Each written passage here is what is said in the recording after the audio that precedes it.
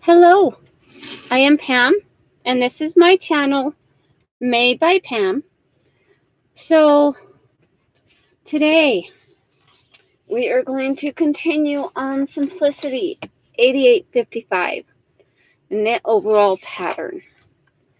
I'm going to go ahead and pull up my phone just so that if I have my computer scanned down so that people can see what I'm doing, I'll be able to still read the chat. And yeah, I could have gotten this prep before, but this gives a couple minutes for people to stream in if they want. So yesterday we left off on the pants where I was contemplating putting something down the side. Hi, Chris. Hi, Kellyanne. Thank you. Hi, Becky. So I left off on the contemplating whether I wanted to add top stitching down the side, which I kind of do. I just kind of want to separate these two. Hi, Ray. I kind of want to open up this seam and just do a top stitch on both sides of this. But I don't know. But then I kept also looking at this pocket piece, and there is this portion here. Awesome, Becky. Well, this is this portion here that I don't have the lining on. And I think about it, I'm like, man, that's going to get cold if I hit that breeze of cold air right there on the pocket. Hi, Clint. So, what I'm thinking, which is totally, it happens, is that even though I already have this pocket piece sewn on, it's already sewn on, it's already stitched down, well, I can unstitch part of it and restitch it. So I am gonna last night I decided I was gonna cut out 2 more pocket facings. So I'm gonna take those and I am going to stitch it right on top of this pocket piece, just so that I have that extra piece. So if that makes sense, those are some of the things that I do.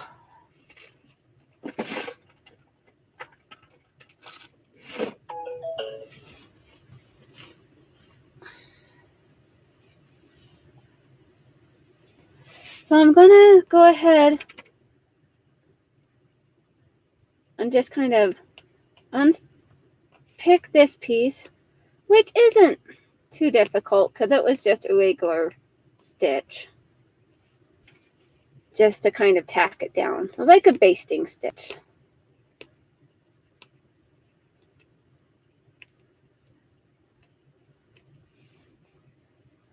And granted, I already have this all stitched together, but that's okay. That's not going to affect what we're doing. I'm going to go ahead and undo these pins here that I was pinning down the sides. See, these are some of the things, some of the little extras that I do because it's just the way I am.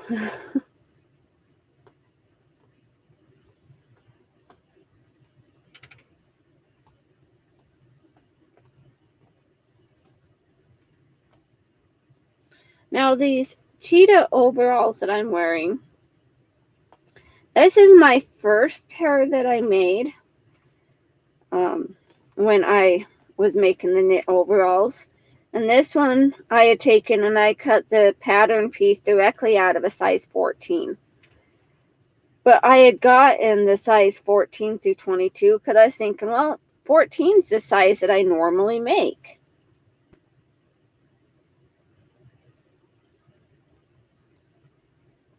And so I wasn't too concerned with it. But being that it's a knit overall,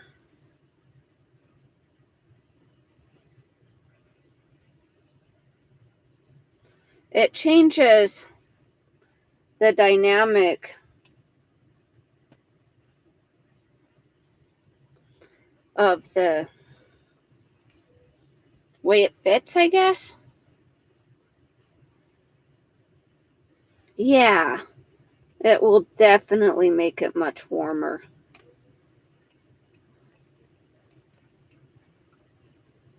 And you're probably wondering why I'm using an X-Acto blade, X-Acto knife, to seam rip.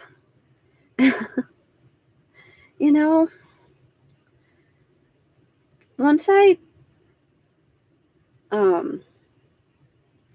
like I had picked up a Frisker's like seam ripper, but it was kind of shaped like an X-Acto blade type thing. And I really liked the way that handled. Well, I was at a discount store and I had found some surgical blades. And they're like X-Acto knife blades. And they fit in this handle just fine. And I have other handles too. But this one's just convenient. So when my blade gets too dull, I take it out and I put it in my little sharps container, which I call a sharps container. Is this little tiny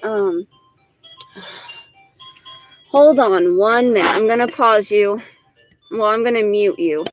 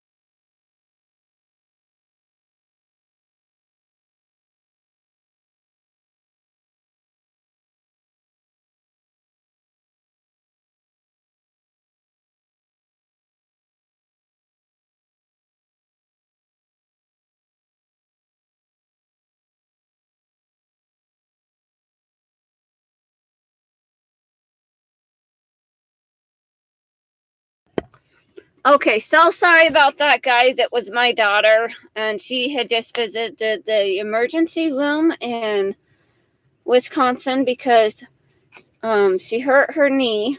She thought she tore her ACL, but no, she tore her MCL, and they're putting her in a knee brace because her knee was all messed up.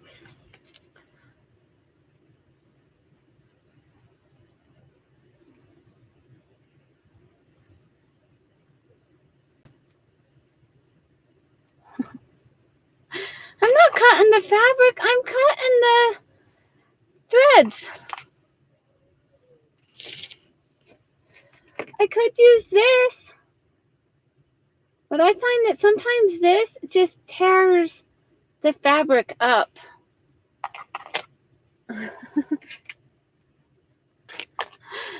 I know. I'm weird. So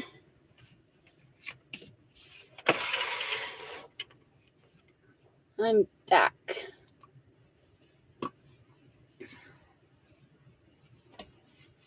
There are 22.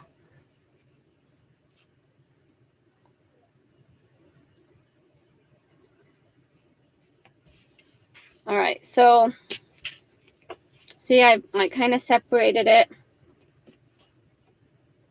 So first part here, we're still going to kind of line it up how we had it lined up before.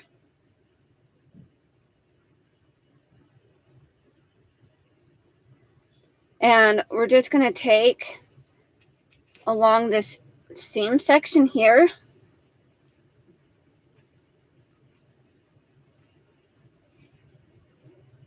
Like we're going to fold that seam and we're going to stitch right down this. Hi, Rose. Glad you could join us. Sorry that you missed part 2. Good thing there's replays.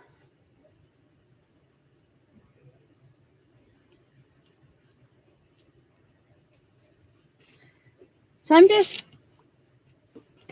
adding on the liner to the pocket piece because I'm extra like that.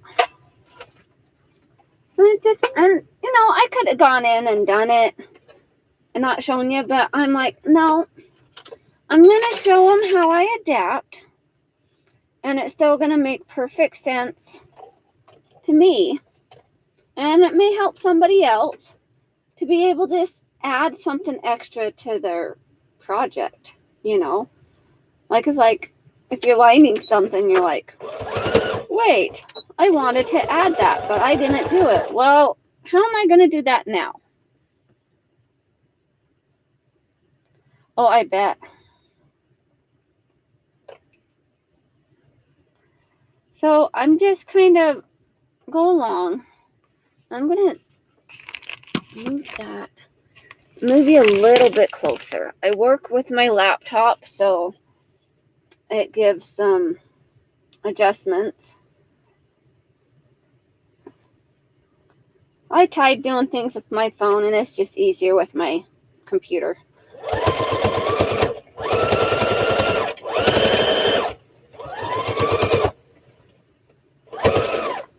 And I do have like little video cameras. I don't have a webcam, but I have like little video cameras and stuff that I could probably hook up like a webcam, but I'm not going to do that either.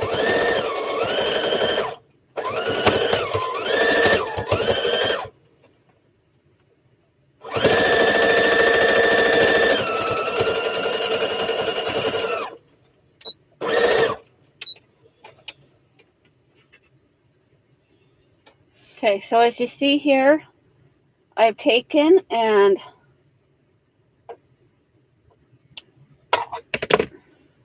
just added that pocket piece there. And then it's kind of going to be the same right around this pocket piece.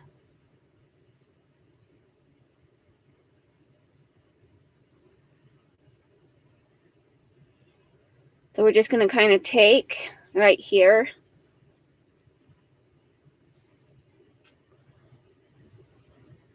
Now this is where it gets a little complicated because it's kind of already finished in that section.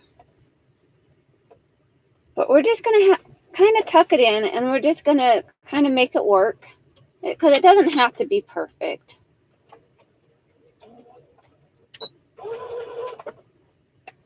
You know, you just kind of make it work to how you can make it work. Because I could have done this before I stitched down the seam, but I'm not going to undo that seam to add this because I did that triple straight stitch, and those are a bugger to undo.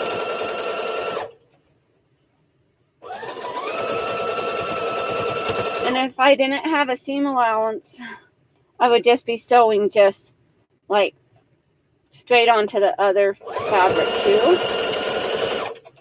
But being that there is a seam allowance and everything, I can just kind of maneuver and make it work.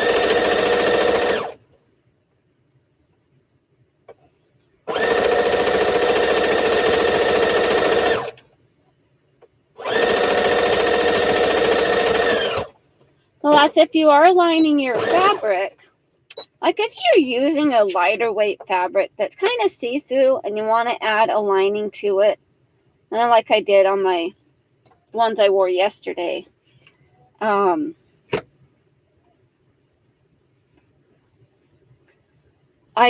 did have the lining piece. I just totally forgot about it here. But it gives you an idea, like you can fix it, and if you're doing it later, it's kind of like, okay. So I don't have to worry about like top stitching this piece quite yet, because that's just going to be top stitched when I just stitch this piece right back down. So I'm just going to put it right back in there. And that's just going to connect the piece right up.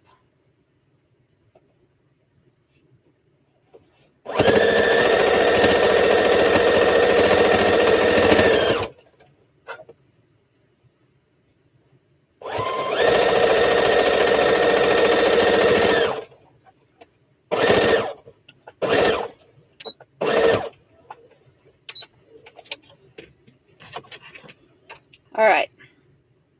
So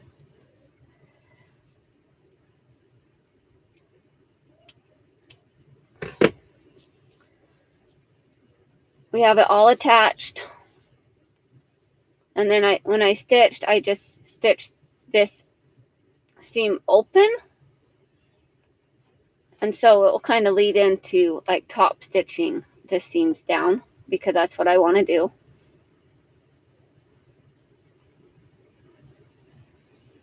And so we have the lining, make it nice and cozy. So we're going to come over to this next piece here, and we're going to do the same thing. And take our lining piece,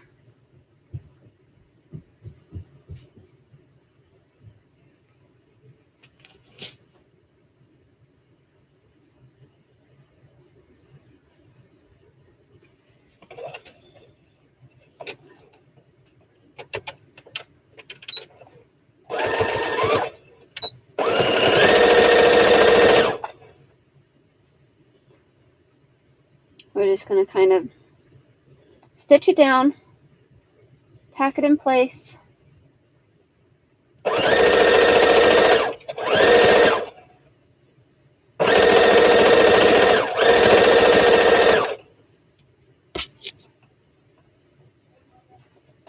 And only you will really know that you added the pocket lining after the fact, because no one's going to see the inside of your pants. Granted, you're going to see inside of these ones. I don't like it. Oh, I bet. I'm doing a video again, buddy. And I thought it.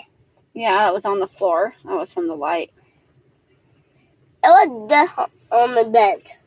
It was on your bed? Yeah. Oh, because you put it on your bed last night? No. Don't like it. I'm doing that on my bed when I just lay up. Oh, was it on your bed? Yeah.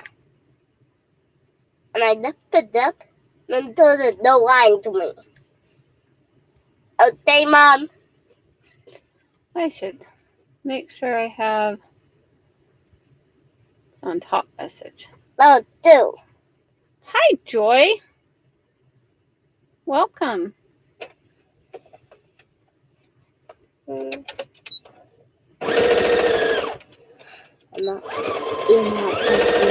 Just adding the pocket lining after the fact. Are you trying to hypnotize me? Yeah. These don't do what? It's supposed to work. Yeah.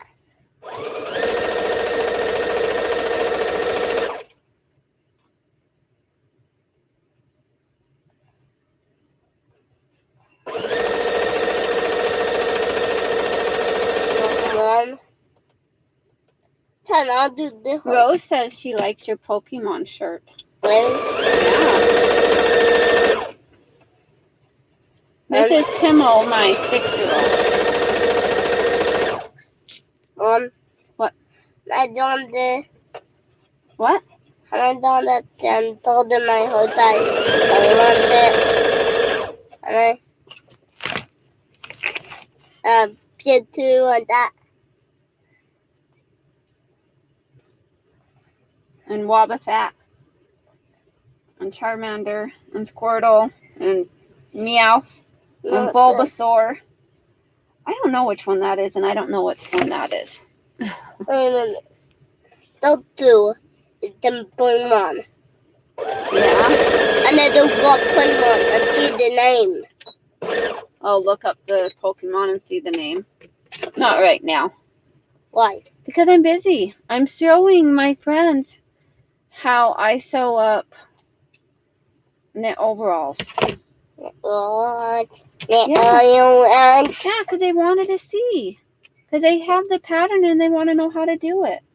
Because they have it, but they haven't done it yet.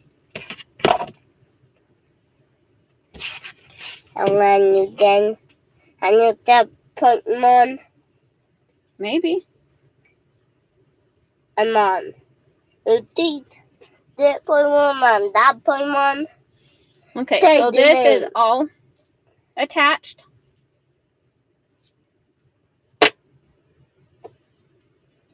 And so now we're going to attach it like this.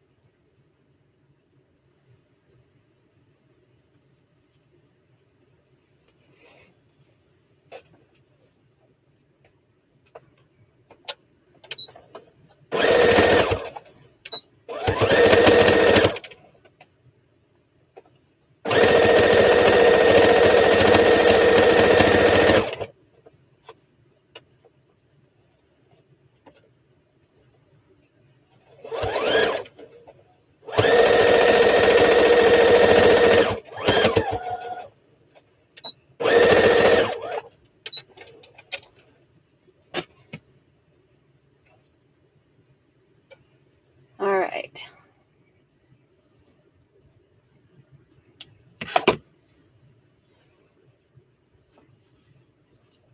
Did you just come down for big hugs? Yeah. What? Who done that today? I taught Thomas. You know why? You know why, Mom? Why? Important. Anything. Really? Yeah, and teach them. Oh my. And when and Mom, I don't know what the B-O-K. E? Mom, is that E? Oh my. Mom, I don't know if that E. It just does that because it's What? because it makes sure that you're saying E, Pokemon, not Pokemon. So they want you to actually make the E elongated. So they like Poke-E. Mon. Yeah, not Pokemon, because poke is spelled Poke, but it wants you to make that E, because poke that's kind of like silent E, but they want you to make sure it's not silent, so they put the little thing up above it to make it not silent, so it says Pokemon. Yeah, and the E in the middle. Yeah. So now we're gonna top stitch along the seams, kind of separating those seams open, just because I like to do it that way. I told them that how to do it. So when I do this, okay, because my needle's in the left position, I take my presser foot, because the needle goes in like right along here. And so when I'm sewing with that seam, I kind of line up my foot right along that seam. So as I'm sewing, it's stitching along the top stitch right here. That's kind of how I measure it. It's just keeping my presser foot right along that seam.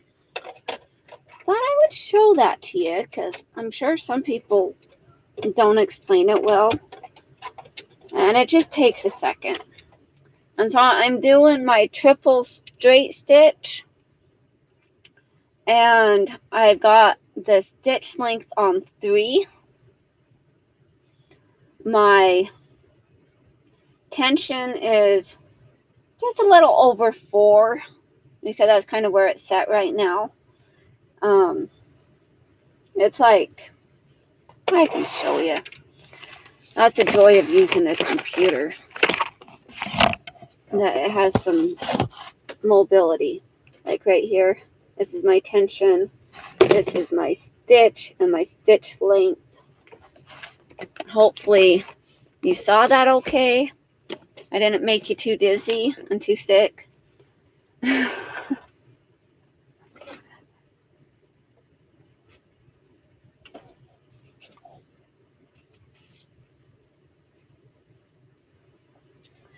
All right, so I'm going to go ahead. And so as I'm going, I kind of make sure that as I'm going, I double check underneath as I'm stitching. And I feel that I have my seam laid out correctly as I'm going, so that I'm not like stitching this other part of the seam inside the wrong seam. So I'm going to make a lot of noise, because my machine is noisy. And we're going to go ahead and top stitch this. And once it's top stitched with that triple stitch, I'm really not going to undo it, because that would just be ridiculous. Mom? Oh, here comes the Timo again. What? You put them upstairs. Come upstairs? Oh, why? Why? That I'll tell that guy who liked it. Oh, you can tell me later. You can show me later, after I get my pants finished, okay? I'll put it down there. Okay, I'll talk to you later. I'll put it down there.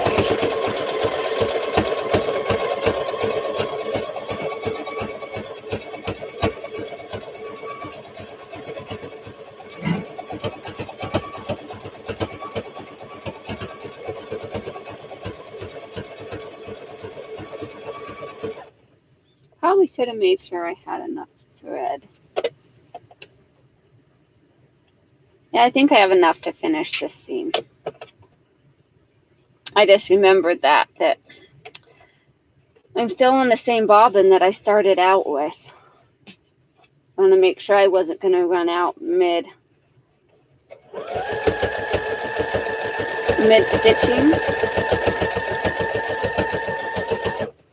Now this part right here is a little bit bulkier. You got a lot of bulk that you're going over.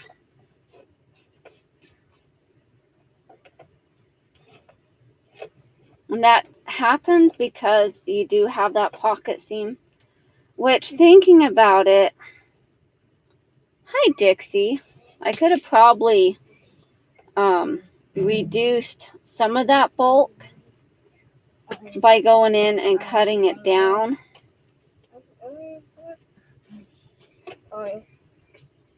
Mom. No, you really can't cut that down. What? the iron thing. I'll go into it. Then go to the other side. Okay, Mom? Okay, but not using that thing. I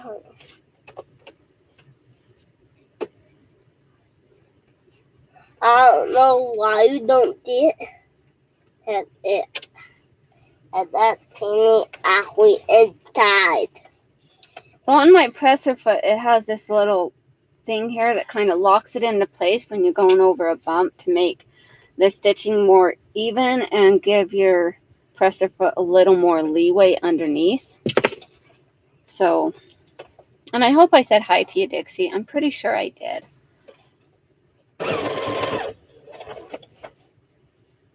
And sometimes when it is a little thicker, I do help it along just a little bit. I'm not like tugging hard. I'm just like guiding it. Because that was a big like bulge to go over.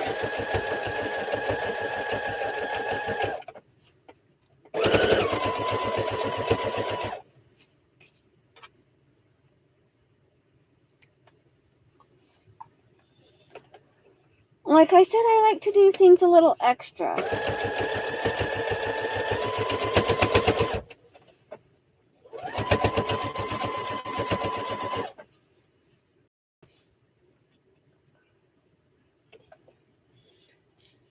Yeah. Well, these I pre-serged the pieces before sewing them into the pants. So I didn't have to hammer down any seams for the serger portion.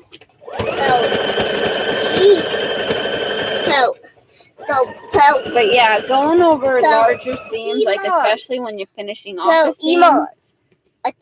I thought I hit it E when I told Pokemon. Yeah. When I said it, I hit it E. And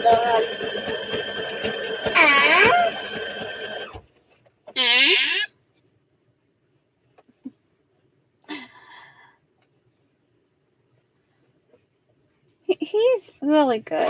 I think my kids are amazing. I really lucked out with, well, I think I got lucky with how amazing they are. Like the other ones are still sleeping, and hopefully this little one will let them sleep. I will. You will? You'll let Daniel sleep in and Elizabeth sleep in so you can have some more computer time? Yeah. Before Aaron comes and makes you get off the computer. Like Aaron? Uncle Aaron's going to come later today to make sure the computers are working right. Going to take care of all the viruses on the computers and clean them up. I don't have any diamonds. Yeah, hopefully. Ethan and Daniel had a whole bunch. That's not me. Yeah, we'll see. I really did 0 diamonds on my computer. Oh no, actually I think that I'm playing. I'm hit the one not robot. So this little guy is 6. And the tour. And tour I am a diamond. He was born with conductive hearing loss. Yeah. He had 4 sets of tubes in his ears before he was the age of 3. He's hearing, for the most part, okay now. There are some things that still bother his ears. And he's in speech therapy at school to help him with his speech. He's also on the spectrum.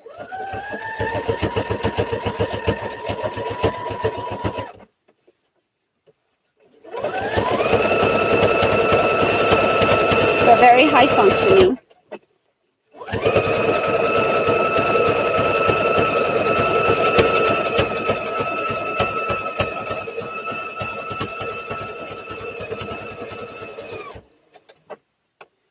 Yeah, I think I have enough thread left to go up this other side.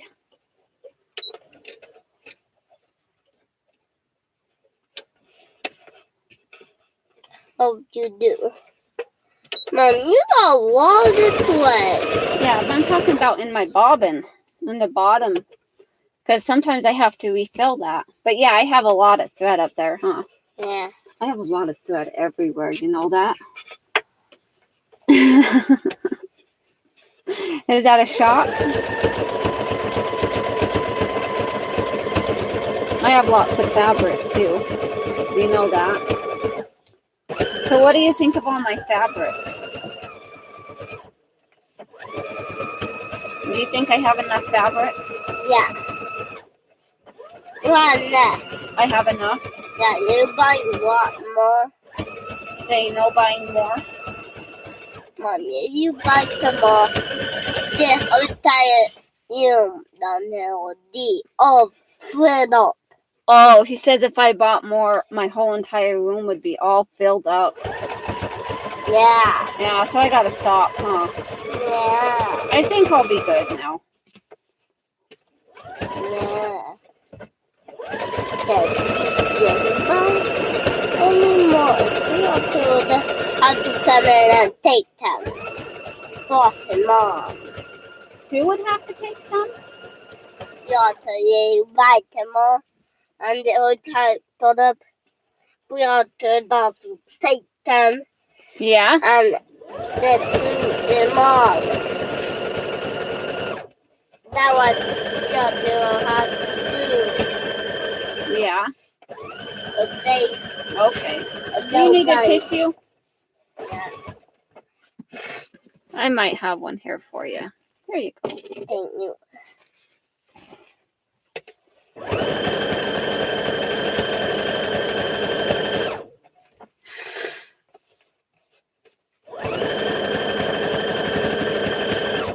You know what night I need to, right, Mom? Yeah.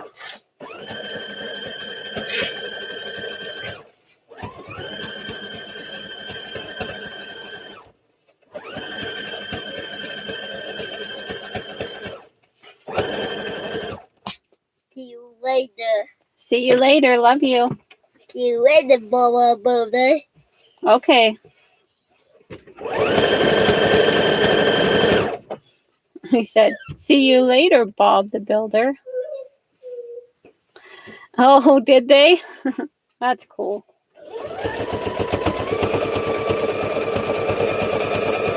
And they love animals. I'm the one that doesn't love animals so much. Because I would have to take care of them. And that's just not what I find fun. Taking care of animals? No, thank you. Now, my son has a cat named Sir. Some of may have seen yesterday. And he also has a hamster named Pablo, which he doesn't take Pablo out of the cage much anymore. But he didn't take the hamster out of the cage because he fed the hamster mealworms. Now, you would normally feed like hedgehogs and stuff. My daughter has a hedgehog, and the mealworms got left here when she moved. And I didn't take any fridge stuff with me when I moved her stuff. I only took shelf stable stuff. And so when I got back, it's like, oh, she left her worms here. And he looked it up and it said that, you know, insects from the wild are okay. I don't think mealworms were necessarily okay. Because the hamster ate them, but then gained this big, like, tumor-like thing right in his neck, chest area, like huge, like just kind of just right here, like on a hamster. So just above his little arms and shoulders and underneath his chin. So just like right here, he had this big tumor type looking thing. And he thought his hamster was going to die. He thought his hamster was in his last days, which it still might be, you know. He's had the hamster since November of 2021, so just over a year. And so he's afraid the hamster's going to die. So he thought the hamster was going to die, and he thought the hamster had died because it hadn't really emerged out of its fluff in its little den that he made it. Hadn't really emerged in the last little bit. And so he thought the hamster had died. And then he finally saw it, and the tumor had gone down. And he's like, oh, well, the hamster is still doing okay. And he was so happy. He was so excited. And he just had to show me. He's like, Mom, come look. Pablo is still alive. Still doing okay. Well, that was good. All right, so now I'm going to do this other side. See, with the double stitching, use that double row.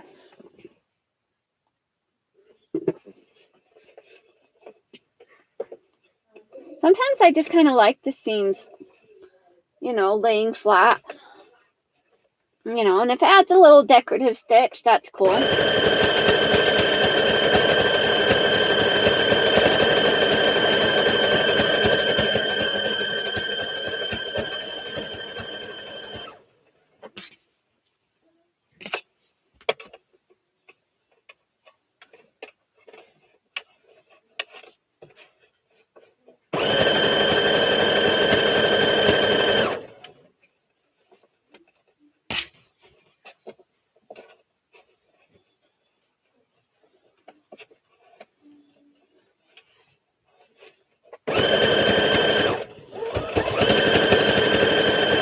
So if you guys have any questions about what I'm doing, or any of that, or if I'm explaining it well enough, I would love to know. Like, even for the replayers, if you have a question, leave it in the comments. Ask questions.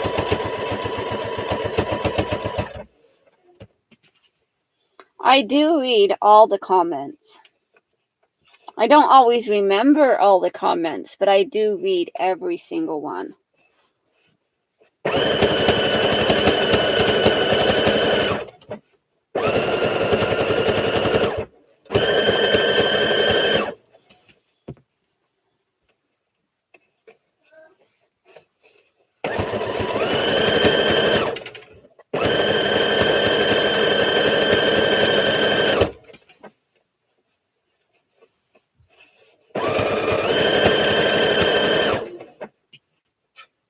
Hi, Dawn.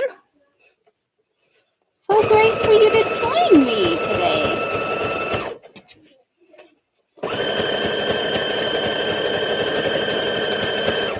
I'm sewing up the overalls, and I'm just doing a top stitching on the seams on the side seam. That will be the outside side seam.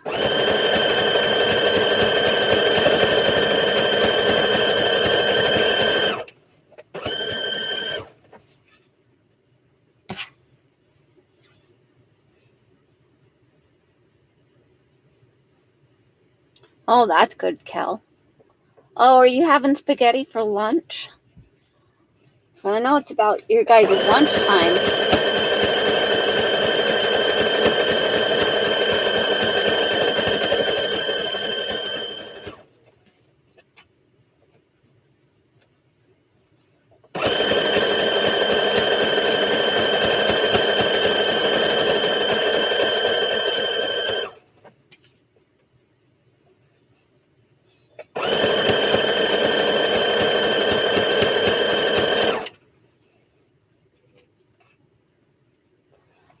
Denley.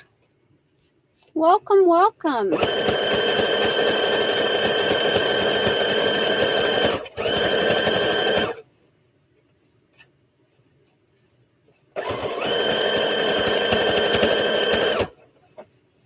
Hi, Joni. On Steph's fingerless gloves and got caught up in the counting. Haha, lost track of time. Not a problem. I'm just doing the top stitching on the pants down the side seams.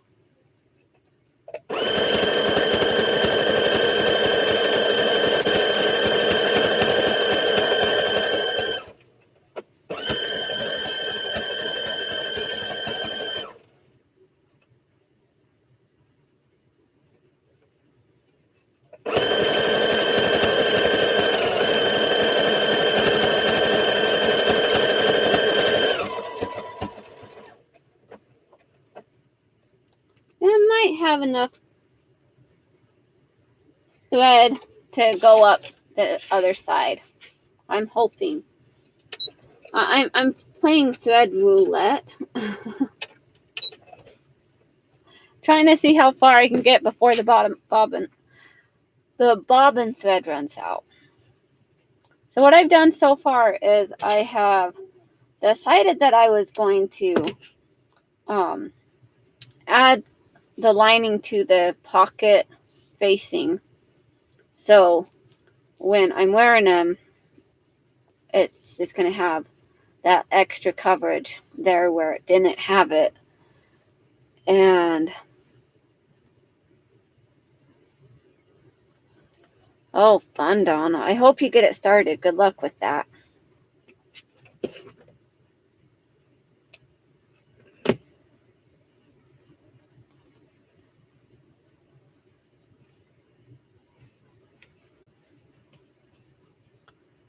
Yes. I'm going to love wearing them.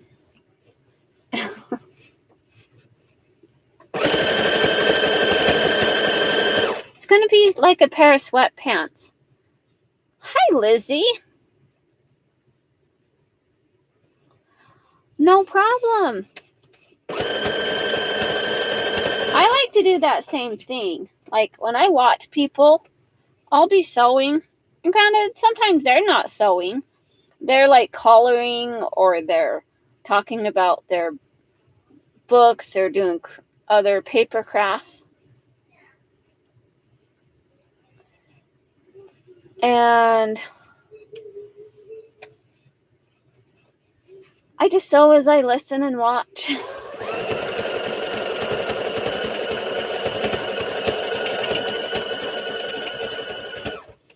Because if we just sat there and did nothing, we'd get nothing done.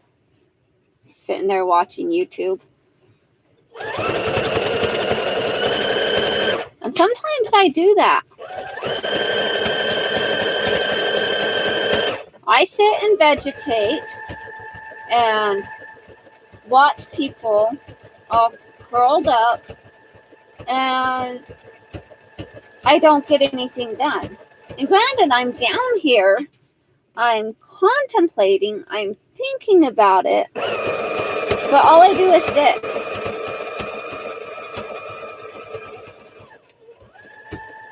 I guess sometimes we get a little overwhelmed with life and we just need to sit down and take a breather and reorganize ourselves.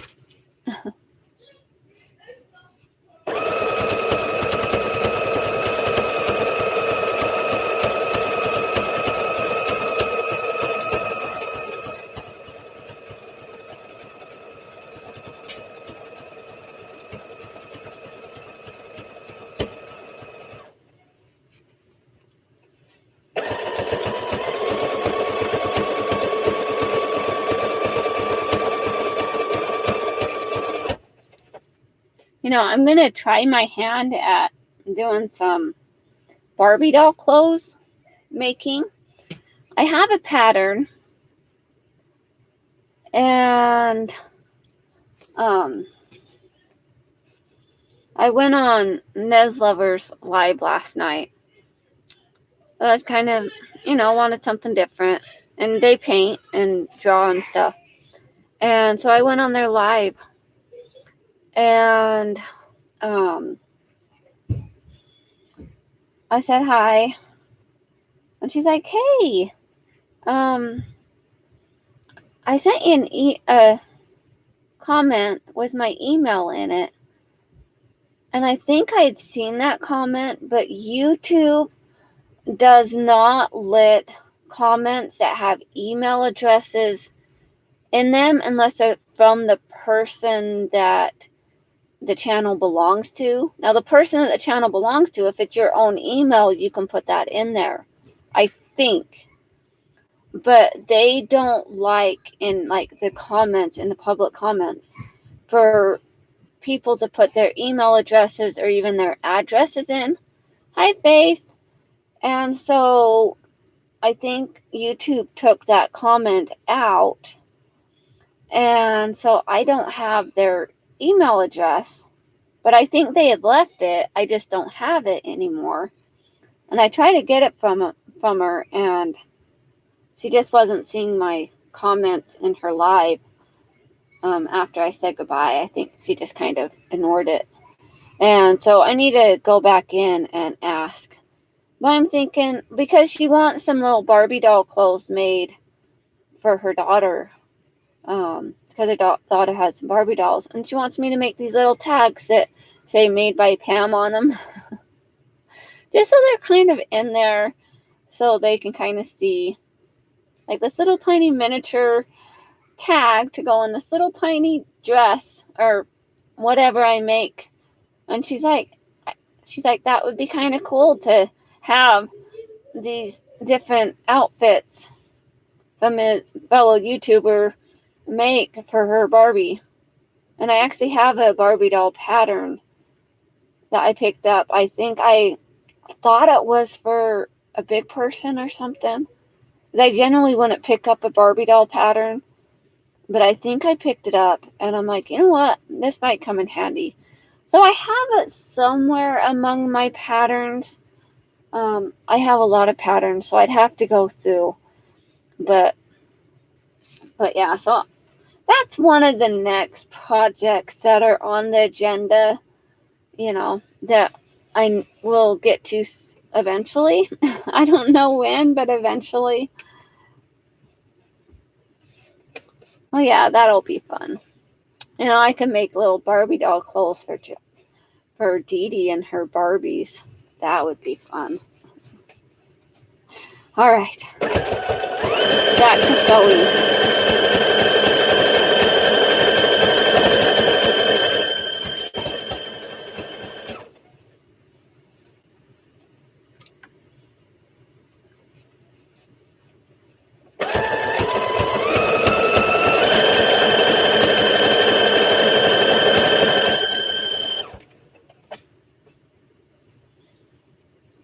And pretty soon we'll be getting to the thicker part.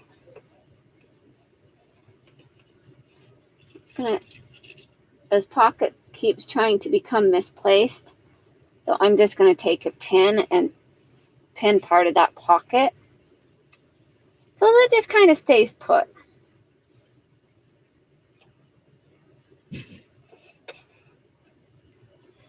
But I am a little bit extra. Okay, my thread just ran out on the bottom. And I know that because it just snagged.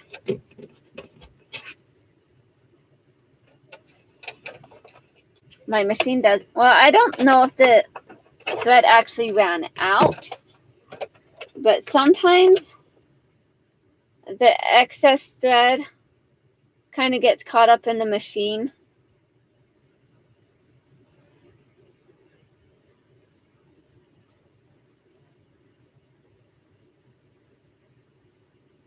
Oh, I bet.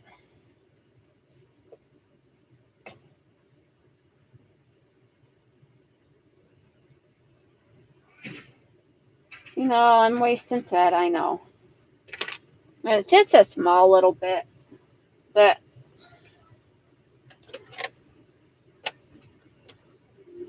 It probably would have made it, if it hadn't knotted up, it probably could have made it all the way up. Maybe, I don't know. But it happens sometimes.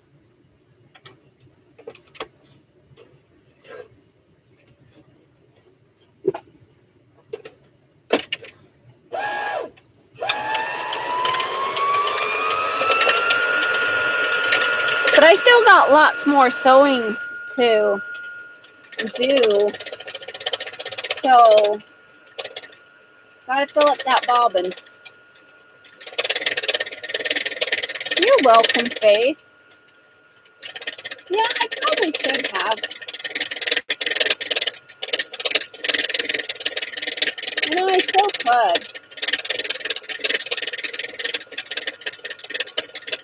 Hi, Trey.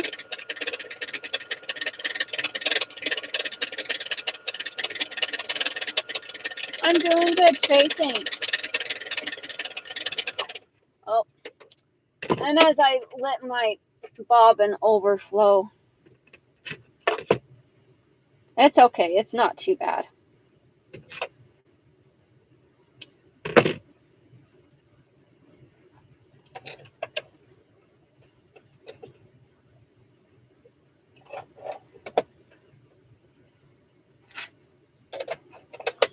Going along, letting it go. All right.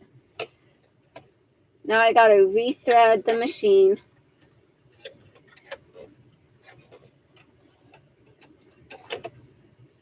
And I know it has this little, like, needle threader thing. Those things don't really work that well. It's faster for me just to thread the needle itself.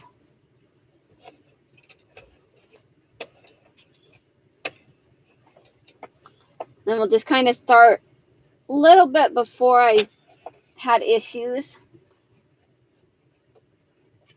Thanks, Lizzie. Appreciate that.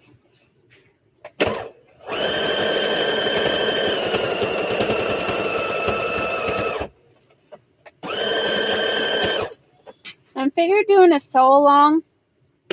I think sew alongs are easier done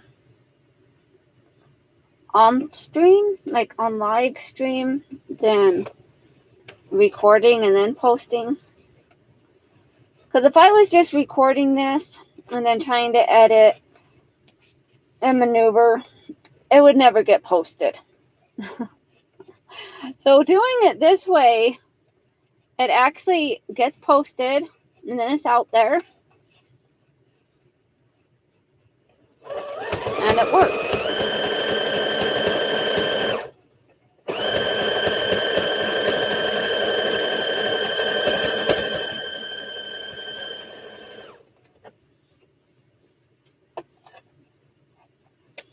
And now we're getting up to the thicker part of this project.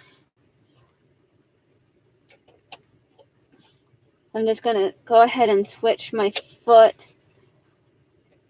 What I say by switching is I'm just pushing this little button so it just kind of will lock it in place right up here.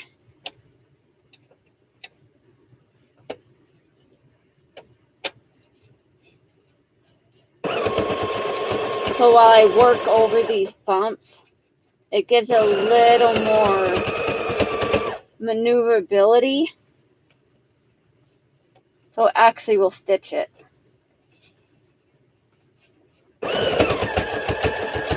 Are there any times that you're watching somebody and they put like this little thing in the front of their machine?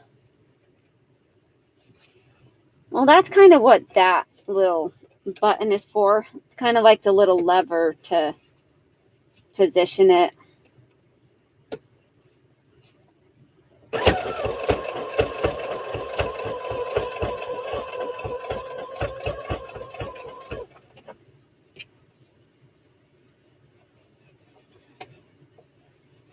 And I'm going to go over this big bump here in a minute.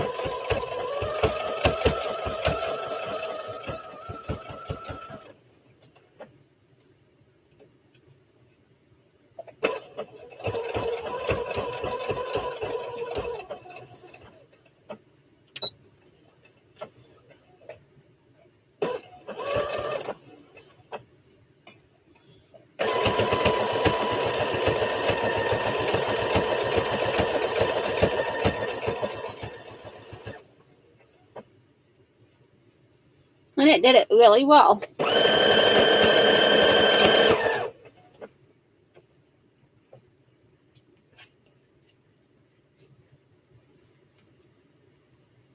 Oh my goodness.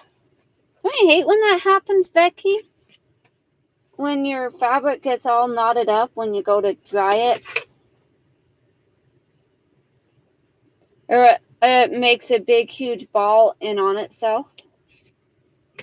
So you come out with this giant ball. And then all in the center of this giant ball, all the fabric is wet.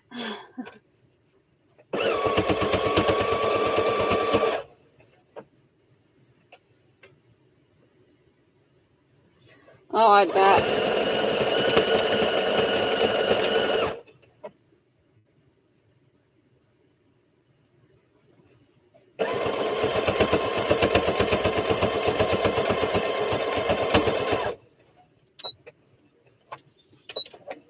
The fabric conspiracy to make Becky do extra work, right?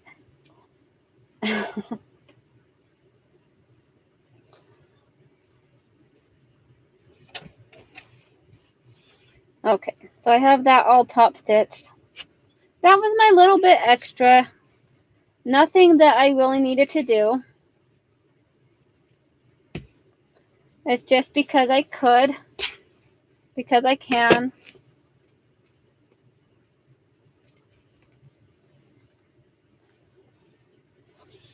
It's part of life.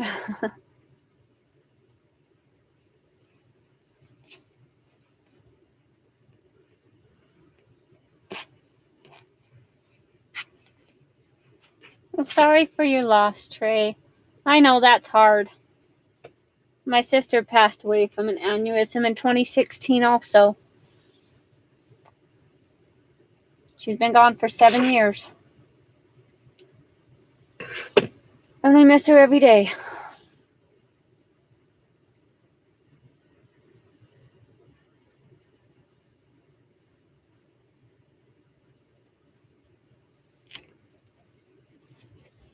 We have this all ready to go.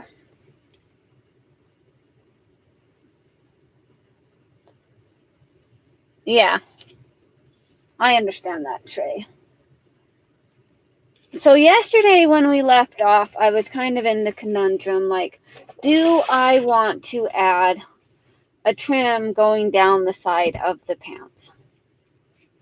You know, it's kind of that big thing. And the only, like, giant rickrack that I have that's green, I have a blue one, and I have a red one, and I think I have a black one. But that would just not look good on there. That would cause like way too much contrast. I might have a white one, but I figured that's just not really what's going to happen. No, it doesn't.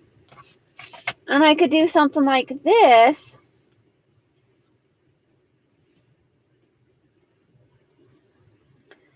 But I don't really think that that's very conducive either. It has green in it that kind of matches a little bit. But yeah, it's not needed. So just the top stitching is good. You know, it adds that little thing. And if I wanted to add some kind of extra, what I could do is do like a little decorative stitch going down like the seam line. But that's really not necessary. So we're just going to leave it as it is. And we're going to continue on. So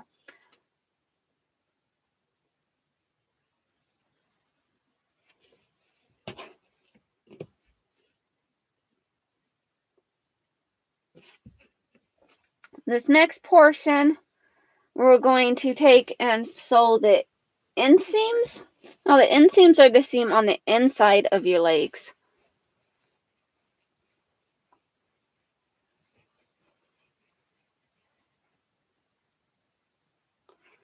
Okay.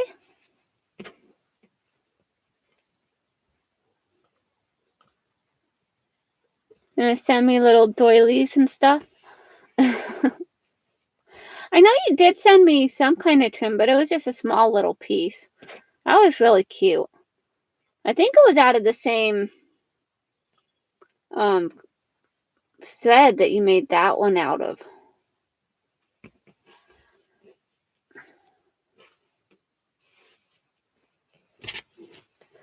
The pocket, this back pocket, the back pocket, we have about 5 inches of width from the seam to the seam. So this to this is about 5 inches. So if it was something like around maybe 3 inches, like a 3 by 3 inch, like 3 by 3, that would probably be doable. Like even if we used to use it on the next pair, you know, because I do have more pairs in like planned out. Like, and if you guys ever want embroidery designs that you can take and stitch on something, I can do embroidery designs. And I still need to do, I want to do like little videos, like little lives of my applique station that I have. That makes, you know, it has like the ABCs and the 1, 2, 3s, and it has Mickey and Minnie.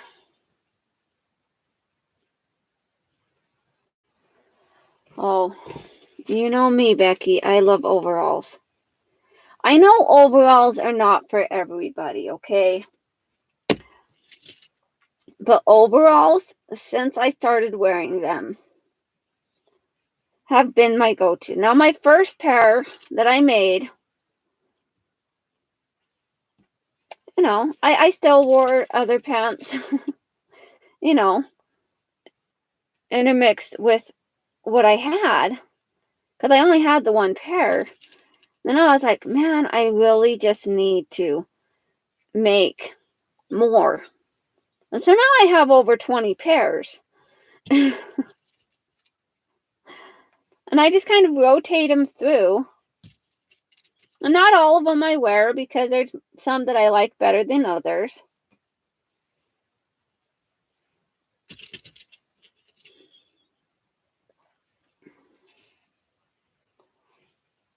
But then sometimes pairs wear out.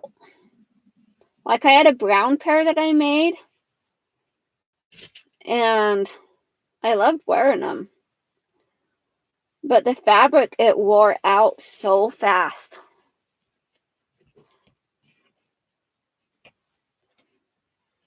It became like threadbare, like so quick. I was like, man, that's not good. But at least the fabric didn't cost me a lot, because I did buy the fabric from the thrift store. Did I buy that one from the thrift store? Yeah, I think I did.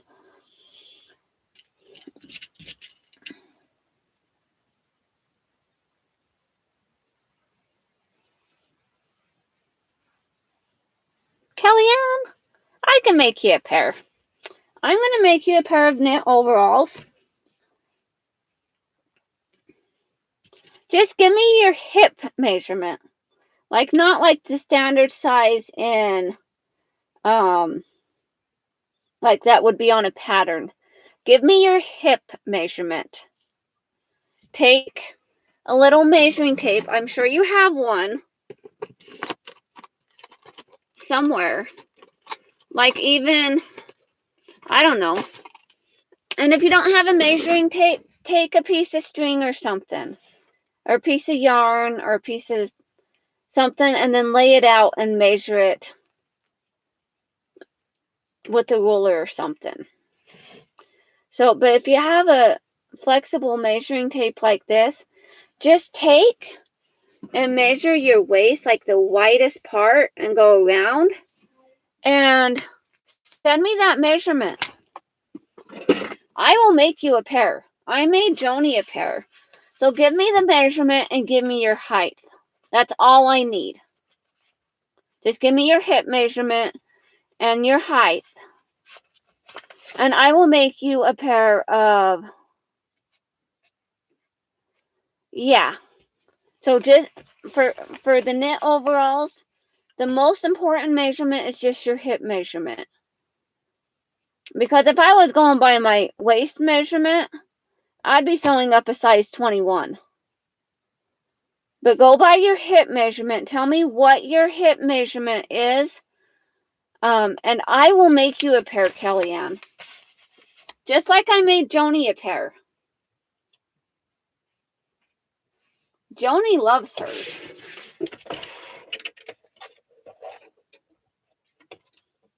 And let me know your style. Like, do you like floral? Do you like plain? Do you like what your style is? Like, what your go-to? Like, do you, when you reach in your closet for something to wear, do you wear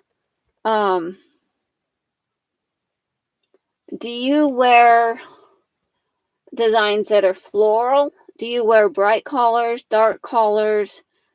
You know, just kind of let me know. I will make you a pair, Kelly, and I will send them to you. Just like I made Joni a pair. So let me know.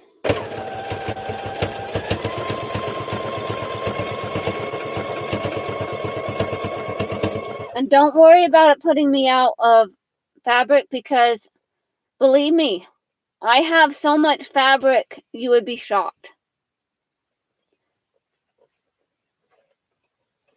That's awesome, Joni. Did you wear the purple ones or the red ones?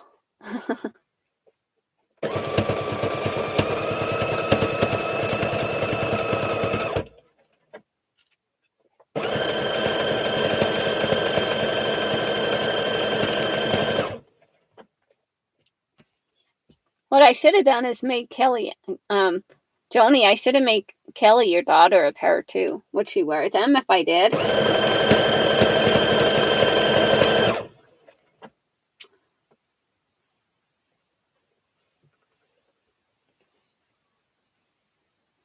We need to find a top for the red ones. Oh, you don't know if she'd wear them. Okay, I won't worry about it. I was just saying.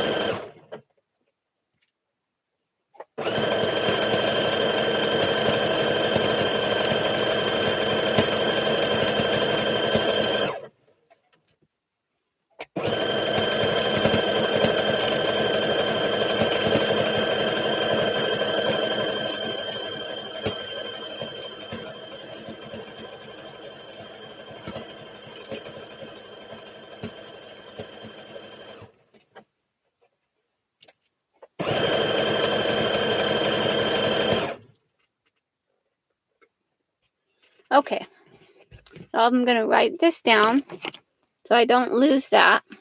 I'm going to write it on a piece of paper.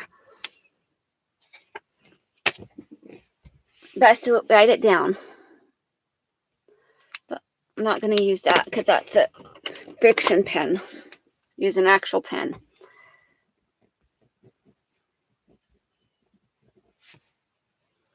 So 58 hips, 52 waist, 37 inches.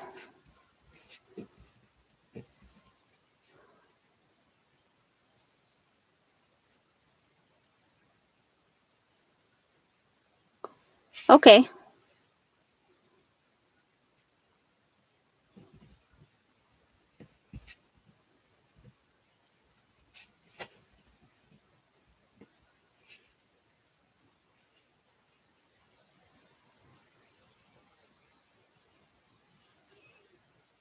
So how tall are you, Kellyanne? Like, what is your height? Like 5'2", 5'3", 6'10"?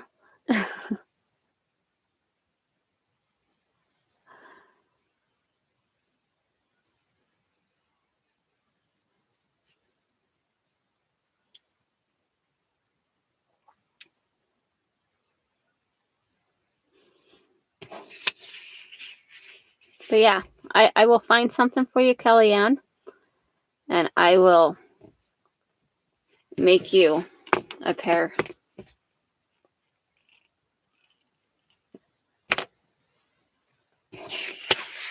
So you're 5'3". Okay.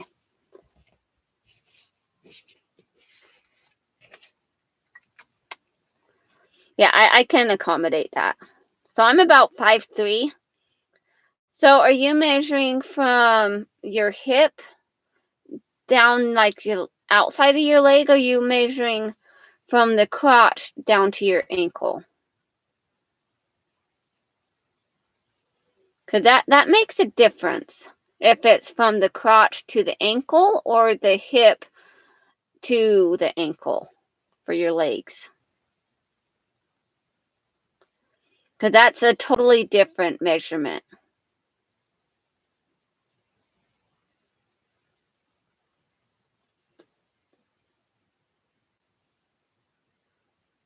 Well, that's cool, Trey. Okay, measure your inseam. So measure your inseam from your ankle to your crotch. Measure that inseam.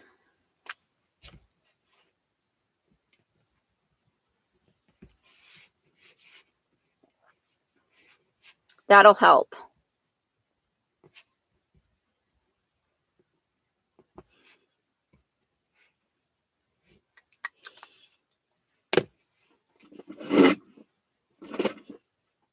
But 6'4" is still tall, Trey.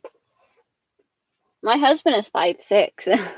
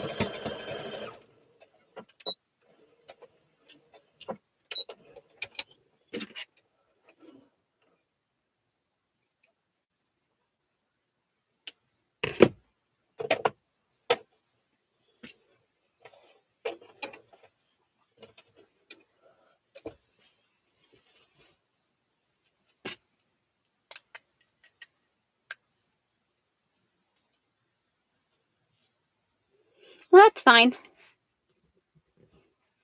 That's about right. That seems about right. So it just makes sure that when I make them, that I'm going to make sure that the legs are long enough, so that when you wear them, you're not going to be wearing high waters. Although the way these pants look, that they're meant to be higher up on above the ankle, I don't like them that short.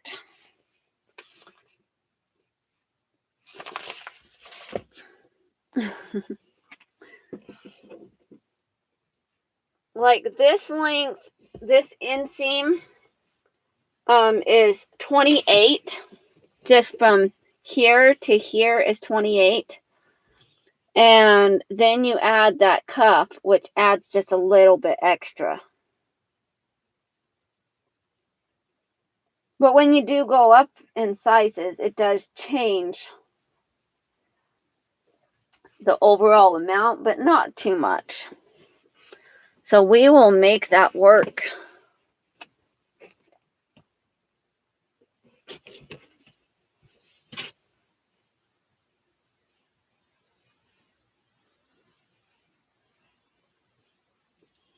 And I will adapt the pattern so that we can make sure we're getting the right size.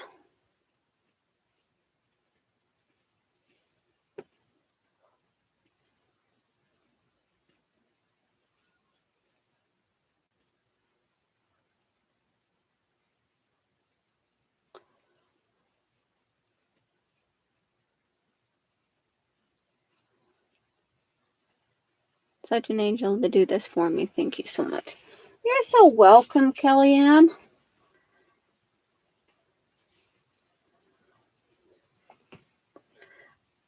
You know, I like sewing. I think it's fun. I enjoy it.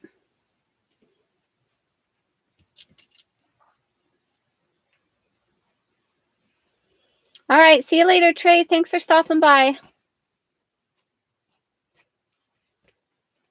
That's not a problem, Trey.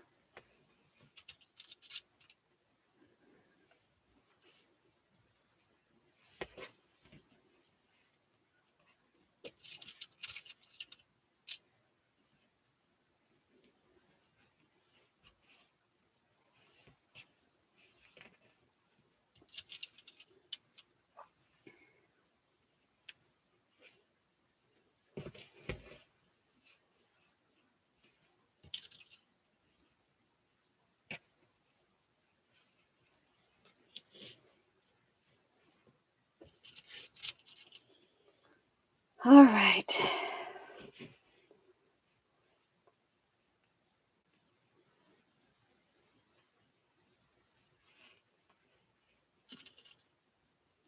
And I like to sew the inseams. Now, in the instructions, it might show it different, the way to make it.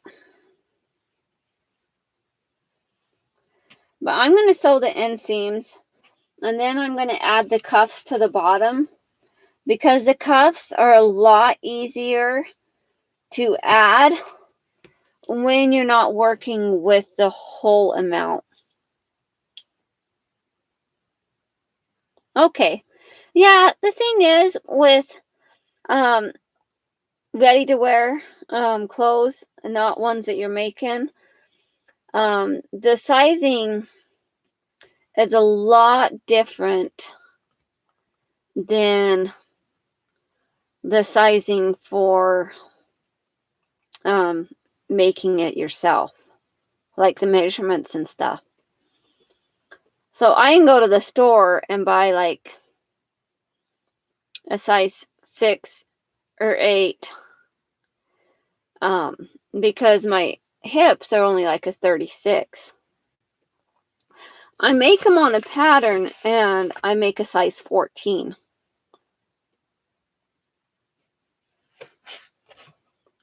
So, you know, it changes the overall size, but I'm okay with that.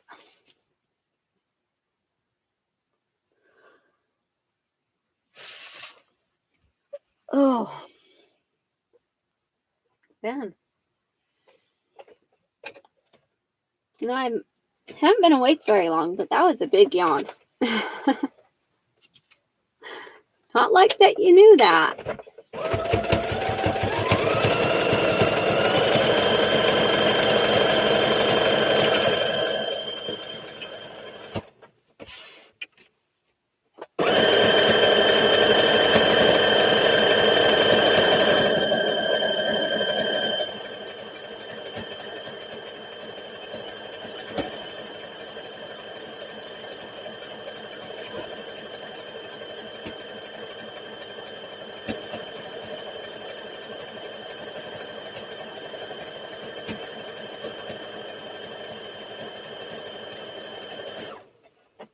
Yeah, handmade numbers are kind of scary to look at sometimes.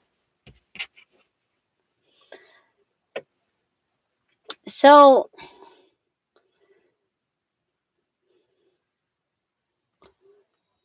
Like if you were to like, say you were buying a shirt, like is it a 1X, 2X, 3X, 4X, 5X? Just like ballpark. Not to be too nosy.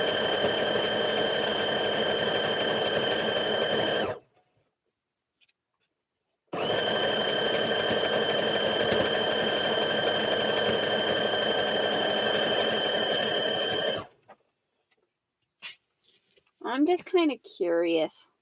I'm a curious, nosy person, and I like to I like to know things, especially when it comes to like measurements and stuff, because the more information I know.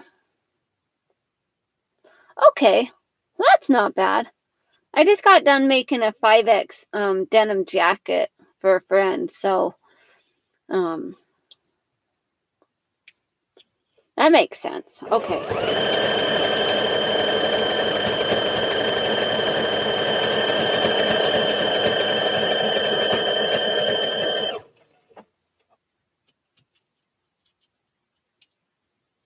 Button up is a no-no. Yeah. That's understandable. Knit overalls, the only buttons you're going to have on a knit overall is the buttons on the top.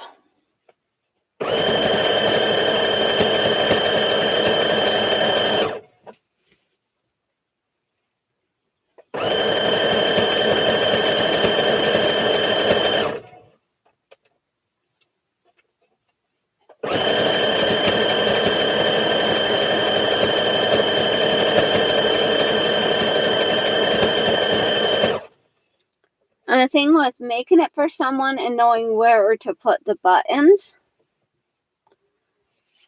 on the fabric when you do it. So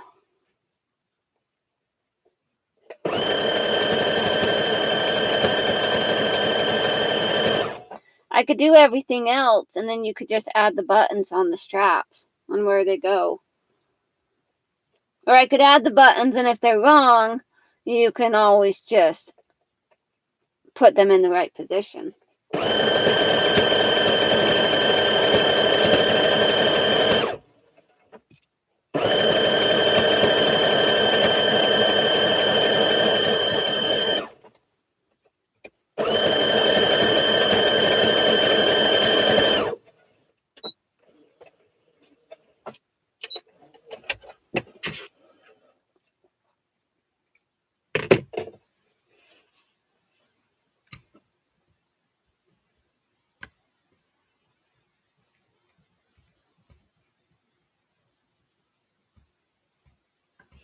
Okay, that's understandable.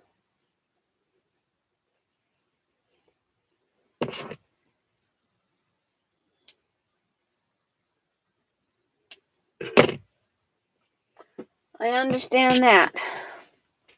Okay, so what I was saying before, we're going to add the cuffs to the legs before we sew the rest of it together. Okay, I'll add the buttons, and if you need to reposition, you can reposition them.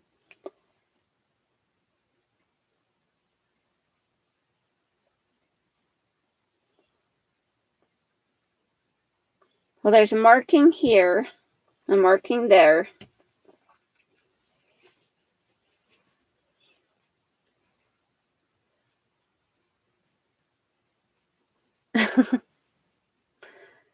Yeah.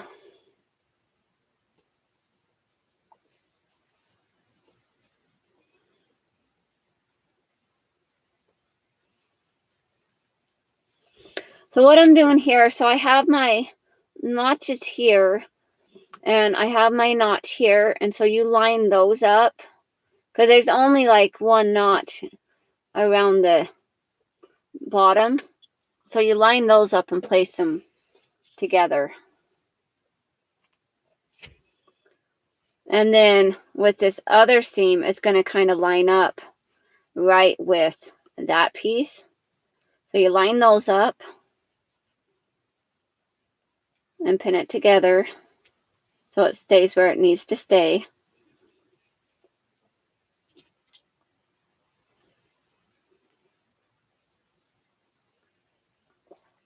That adds a lot of bulk.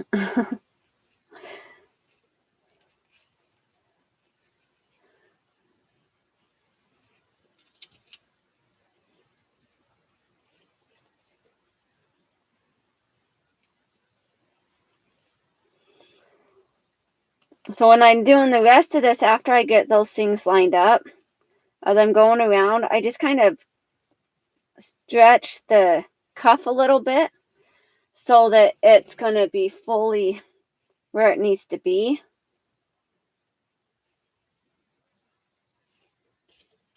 If that makes sense. I know I don't always use the right words.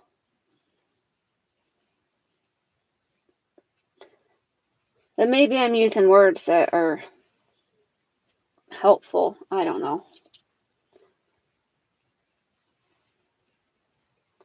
I just kind of pull it so it stretches and lines it up. So that piece is ready to go. And so we'll do that to this other one.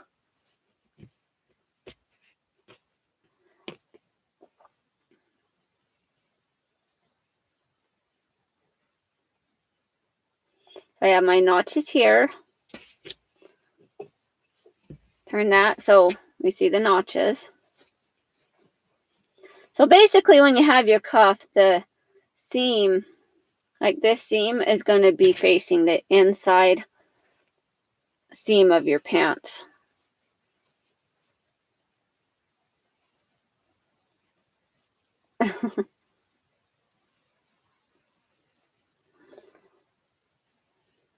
You guys are funny. I love you guys.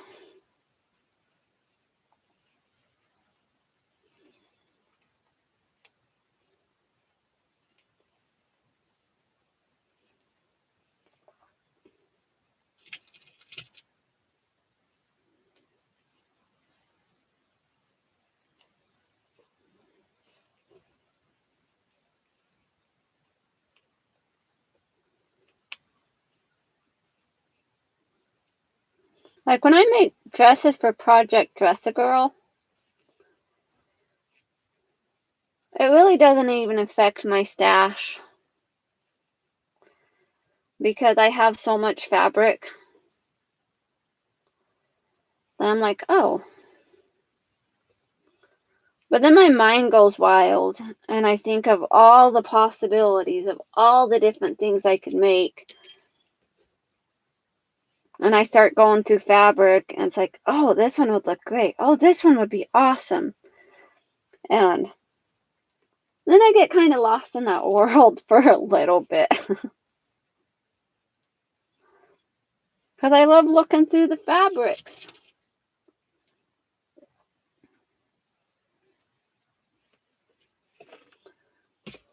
You know the saying that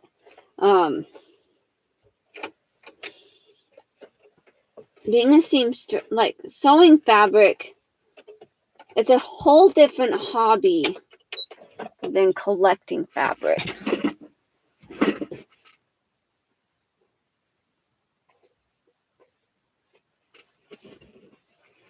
For my overalls.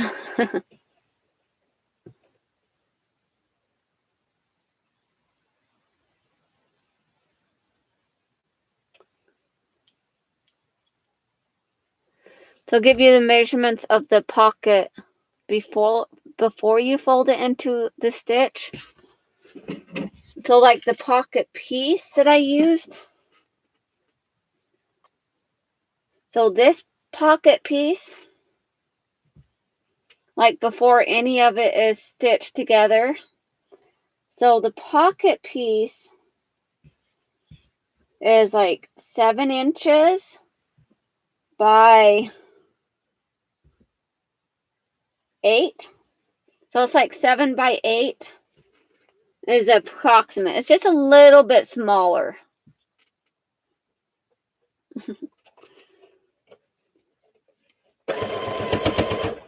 Then I'm still just going to use my triple straight stitch to stitch the cuffs on.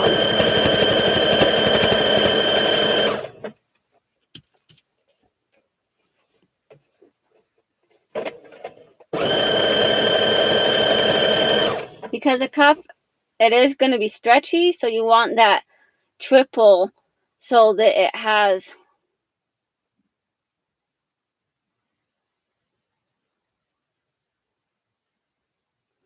well, with the top part of my pocket here, like the pocket I did yesterday that I sewed on the applique to, well, the little lacy doily that Joni sent me, I like lined my pocket and then stitched it. So this pocket with it this way, because a lot of times I do my pockets like this. It just depends on the fabric. But for the back pocket, I just chose to do just the one layer. But for my bib pocket, this one is 6 inches by 7 inches after it's sewn together. But this one is 6 by 8. No, 6 by 7.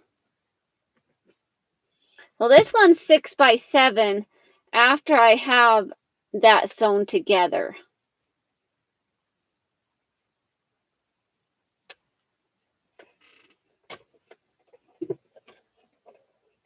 With it lined and everything.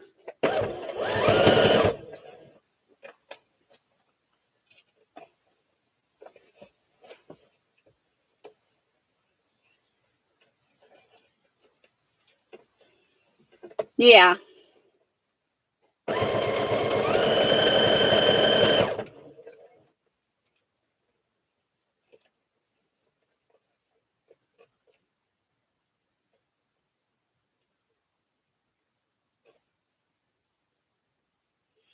Yeah, that's on Tuesday, right, Kellyanne? You're doing that?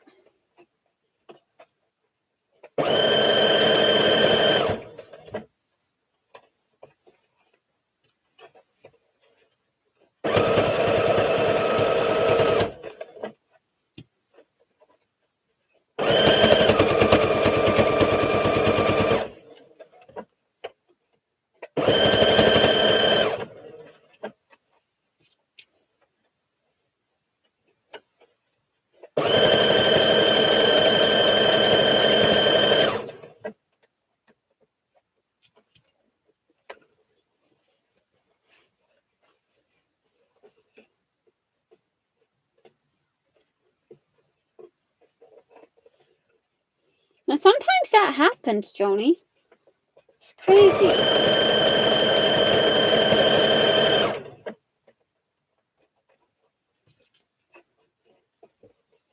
Okay.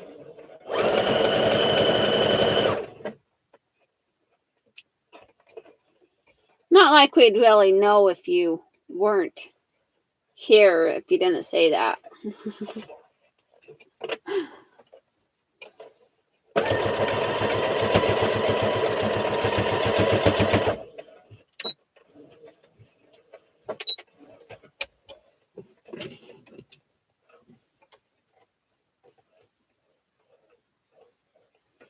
There'll be about 20 minutes of back stitching. Oh, for your embroidery book. I think that sounds like fun, Kellyanne.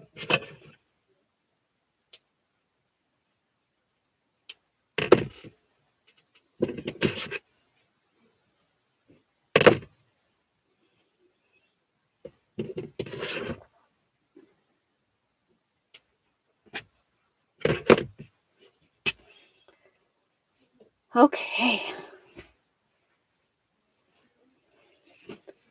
Let's see the finished cuff on this.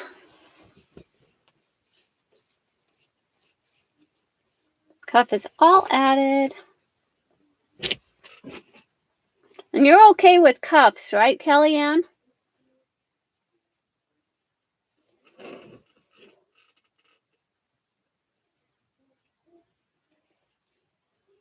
I hope so, because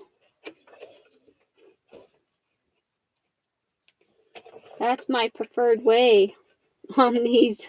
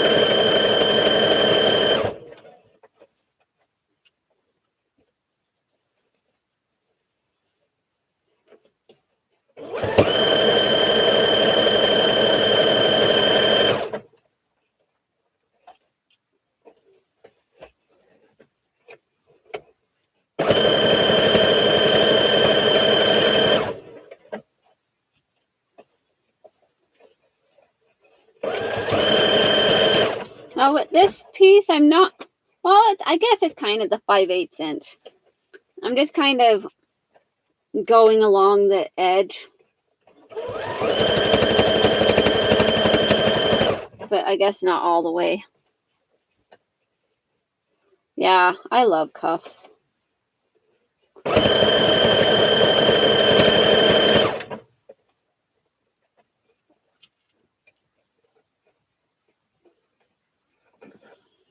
Like in my other overalls that I make is I put elastic on the bottom hem because I don't want my pants to drag on the ground. So if I have elastic around the ankles, around that section,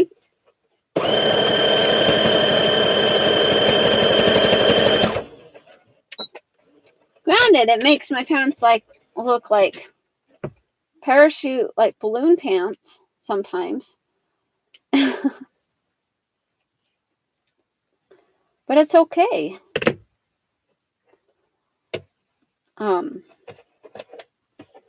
totally cool with that.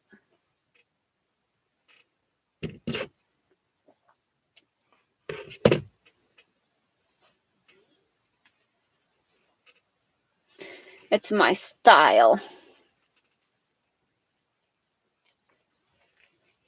Yeah.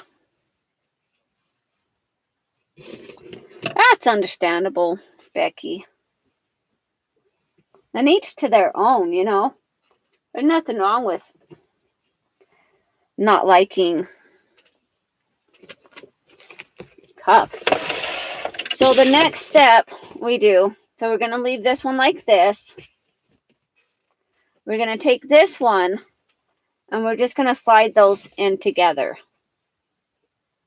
Just like, so it's kind of like right sides together type thing.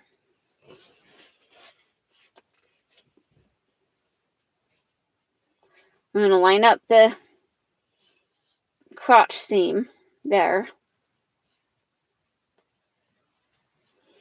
And sometimes it doesn't always stay matched up.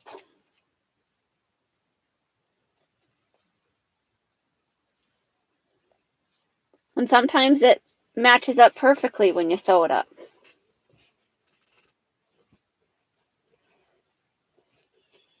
I'll just line up my markings here. So I'll usually line up the key points and then I will pin along the other points just so that they're lined up how they need to be. Kind of what I'm getting at here.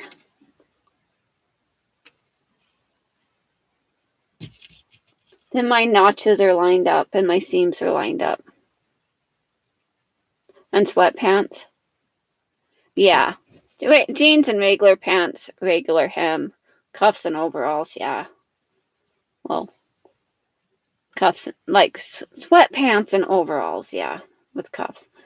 Unless they're woven fabric overalls instead of knit overalls.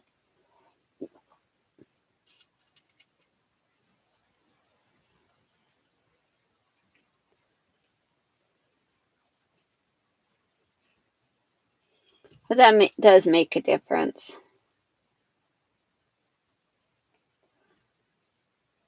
But if you were doing knit overalls, if you were having just regular woven fabric overalls, just regular overalls like denim overalls, you'd probably just have a regular hem on those, right?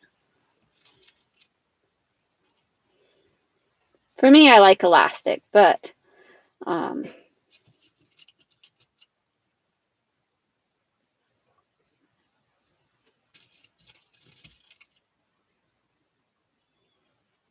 yeah, whatever I was saying.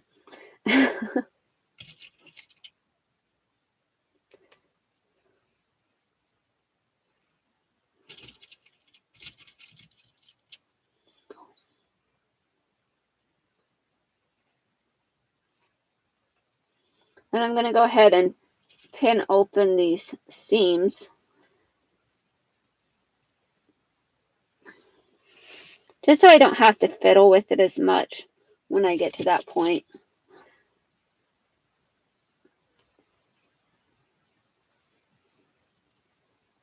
Because the first pin was to line up the seam.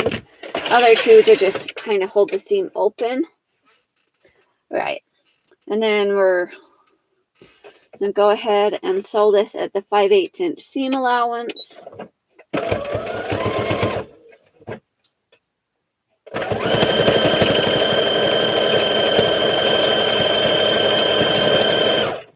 And I'm still using my triple straight stitch.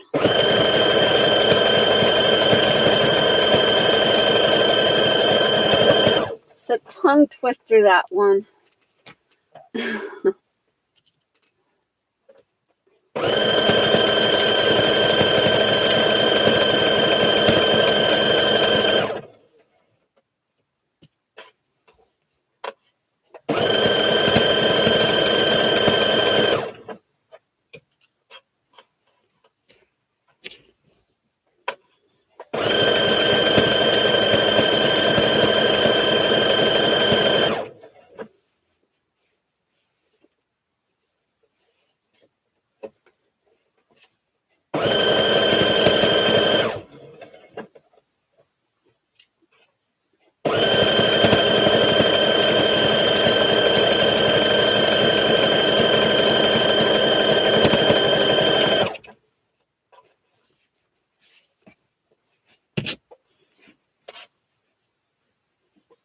My pattern pieces kept creeping over here.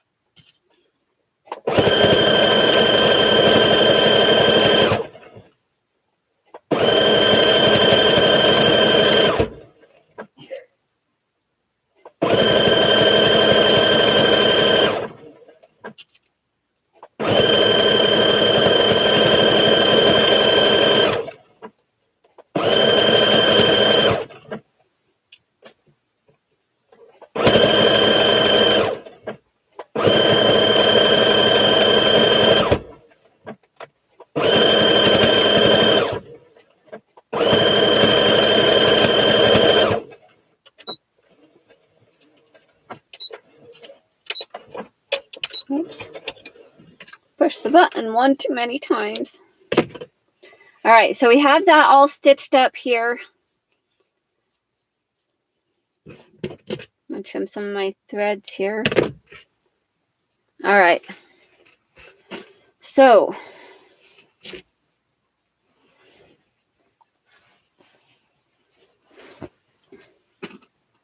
we'll pull this out and show you the bottom portion And then we still got to work on the top portion, which is the bib and the straps.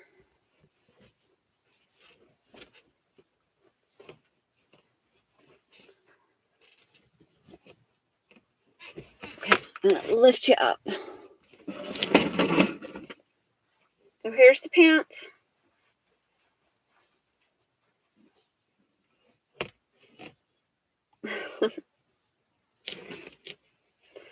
Here's the back.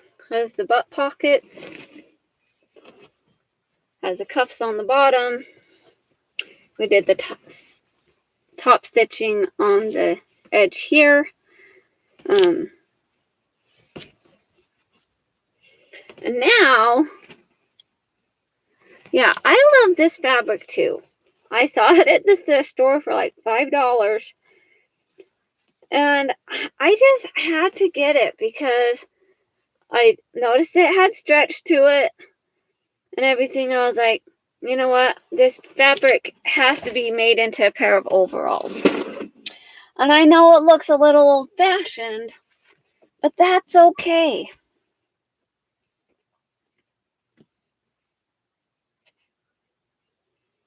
So,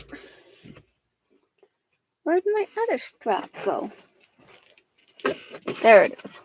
I thought I had them both together. So this, for the strap, we're going to do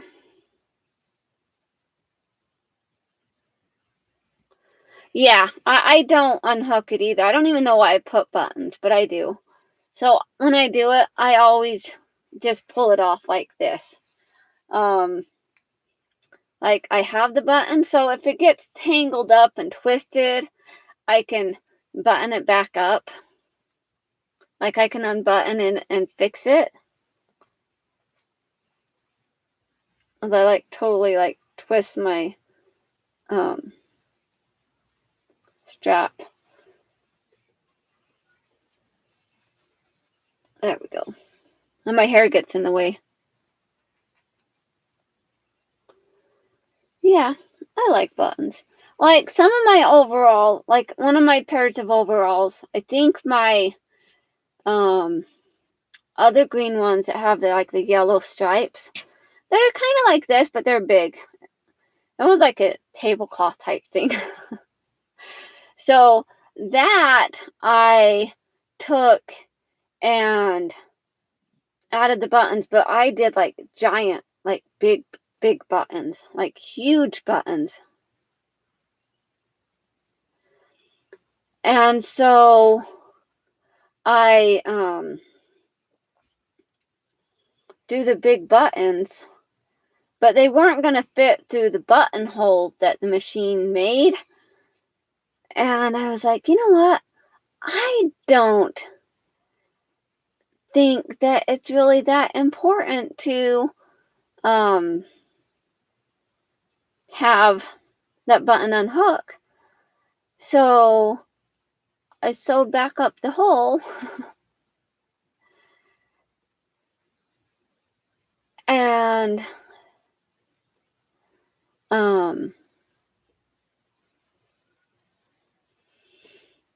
just stitched it straight on the top so that it looked like they were held up by the buttons, kind of like, but the buttons were just there for that special added touch. So now we're going to do the straps. Now, I really think, I think I added interfacing to the last pair I made. I don't think this one has interfacing to it, which I'm pretty sure it doesn't. I'm just trying to debate on whether I want to add the interfacing or not to this. Just so it gives it that a little bit of extra stability, or I just leave it and not worry about it. I don't remember if it calls for it. It might.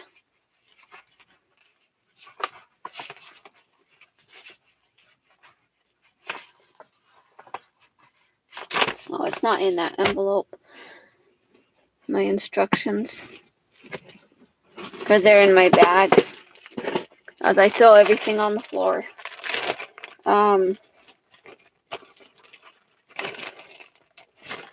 Saying I've gone through this whole thing without looking at my instruction sheet. That's pretty awesome, huh?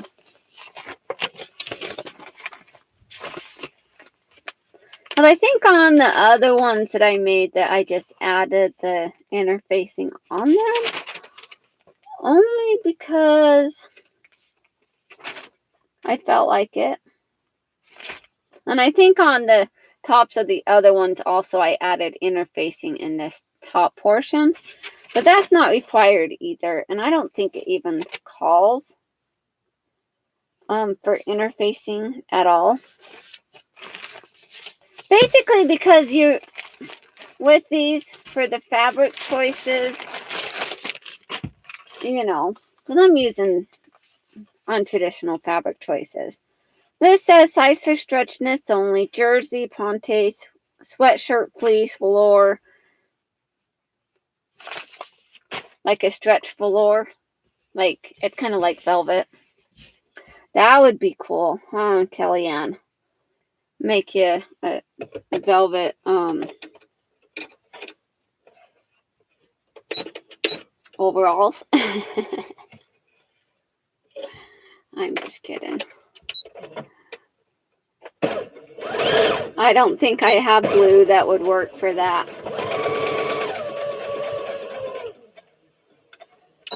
I have some stretch velour, but I don't think I have the right color, and I don't think I'd have enough.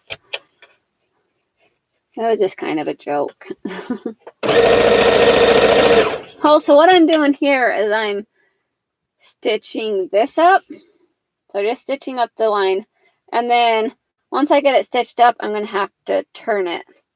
So I'm going to leave this bottom section.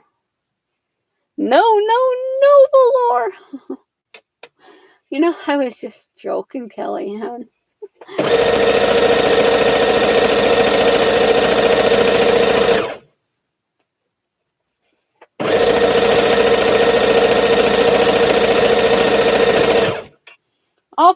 I'll find the fabric and I will verify with you before I make the product.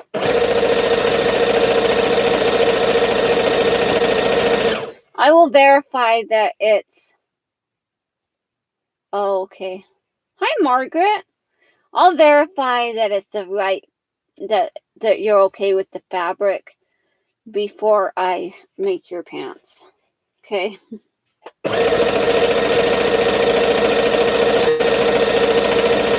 I won't just make it and say, well, this is what I made. Here you go. I'll actually verify that you're okay with the fabric choice.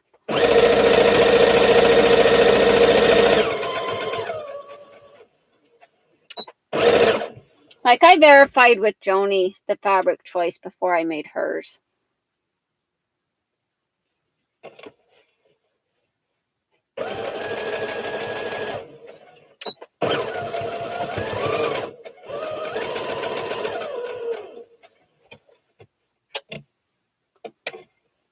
And this I'm just kind of doing like a 3/8 inch seam allowance because I'm just using the side of my foot as the guide and just guiding it along the edge of the fabric.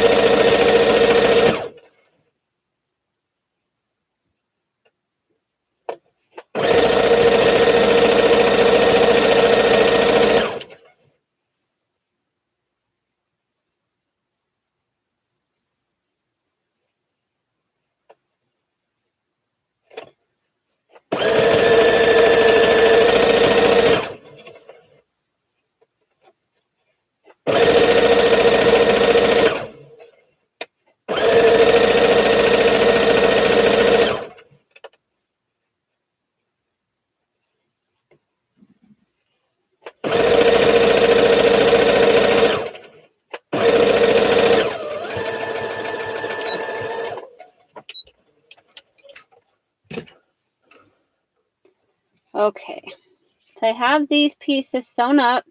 Now it's just time to flip them.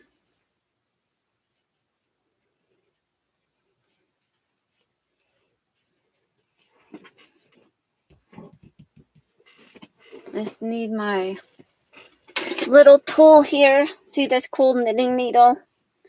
These are like my flipping tools. I have other ones, but knitting needles are my all-time favorites. Not only that, if you worry about the pokey, you can put the other end in and just kind of work it down. Because then you're not going to poke a hole through your fabric if you're using the flat end. Oh, that's good, Kellyanne. Glad you enjoyed your lunch.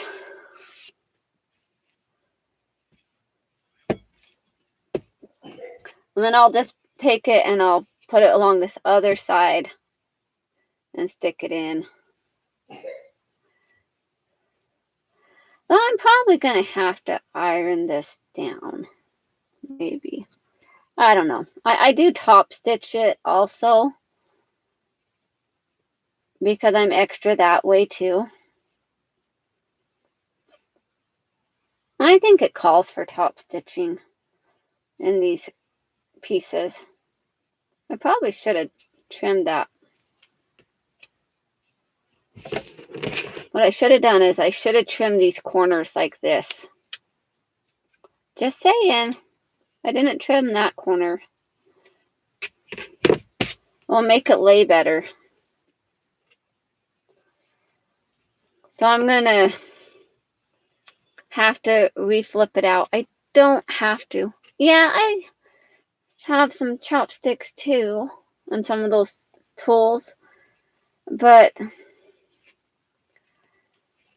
sometimes those knitting needles are just amazing.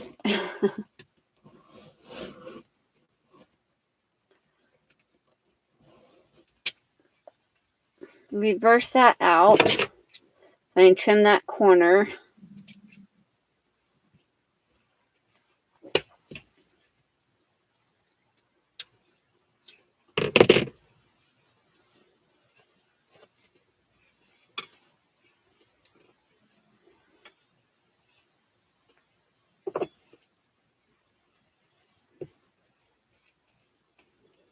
It's because I want to make sure it lays down better. I'm going to have trouble flipping that if I don't take it all the way back out.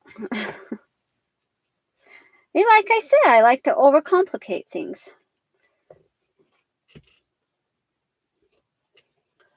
But when I overcomplicate things, it makes things a little bit easier.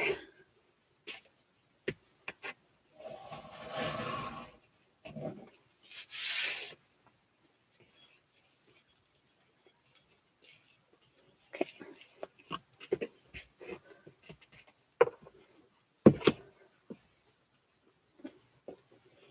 I'll go ahead and flip this other one out.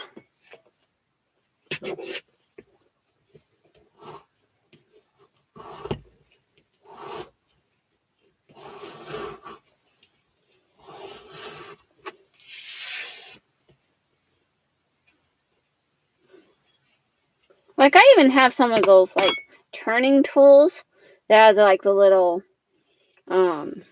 tube and pieces. That I have that too.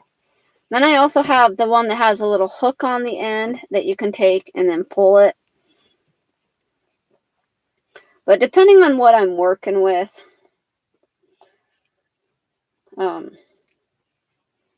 depends on how I want to do it.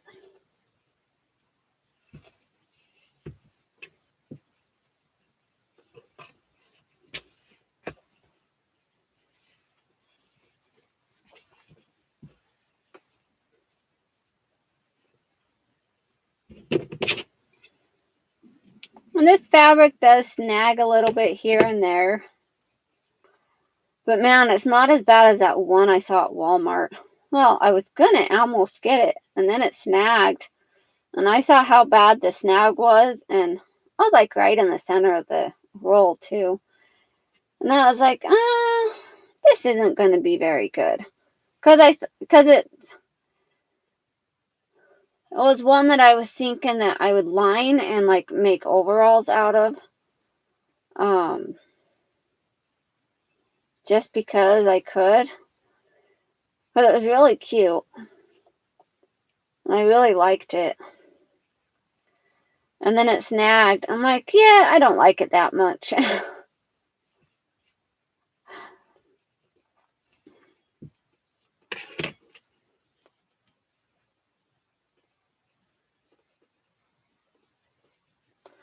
I guess I decide whether I want to iron this or not. Which I think it will be okay if I don't.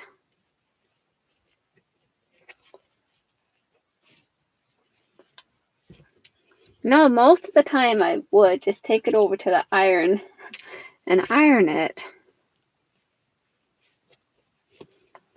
But it's not always necessary.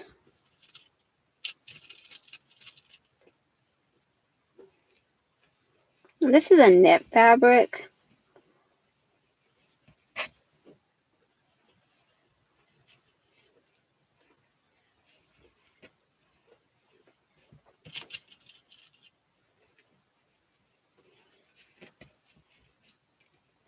I'm not even showing you what I'm doing. I'm just showing you my face. Jeez. I'm so sorry. You guys want to actually see what I'm doing, not this silly looks on my face. But my face does look weird sometimes. When I'm sewing, sometimes I get weird looks on my face. And you're not here to see my weird facial expressions. You're here to see what I'm doing with the fabric. Silly me.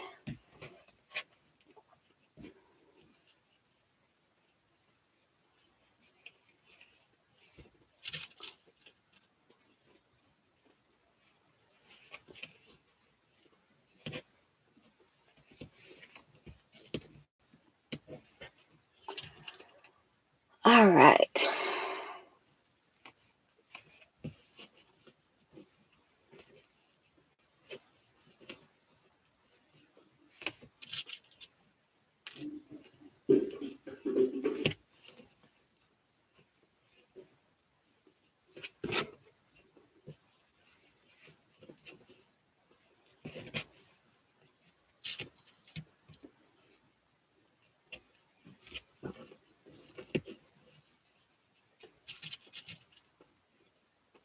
I believe I've already been going for 2 hours. Oh my goodness.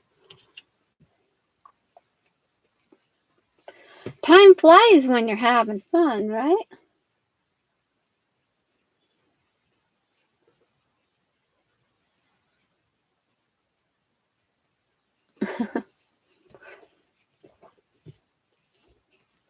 Yeah. It's a concentration thing.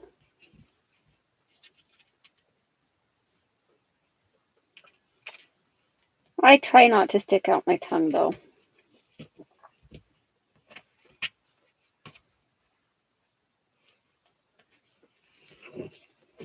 But I do make weird faces sometimes.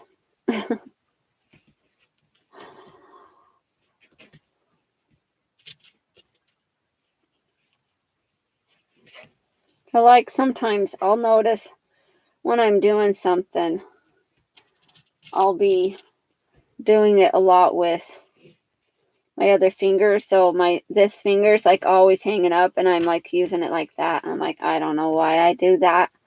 I do sometimes. Like I'll take something and I'm like going like that and I'm like, why?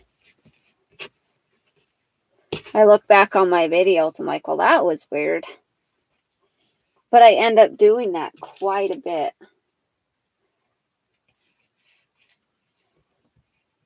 When I'm doing other things and stuff. Those little habits.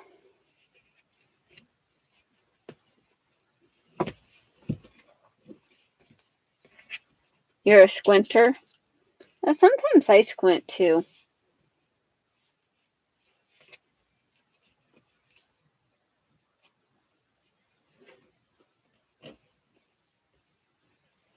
Oh.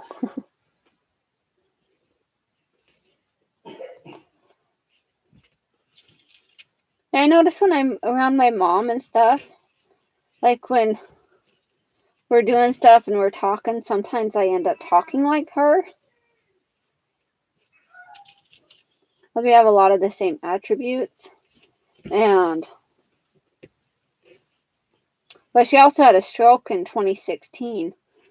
So her language was affected with that stroke. And so she had to relearn, a little bit of reading, because that affected her reading, but it affected her speech. And so she had to kind of reprogram learning some words. So she had trouble with talking.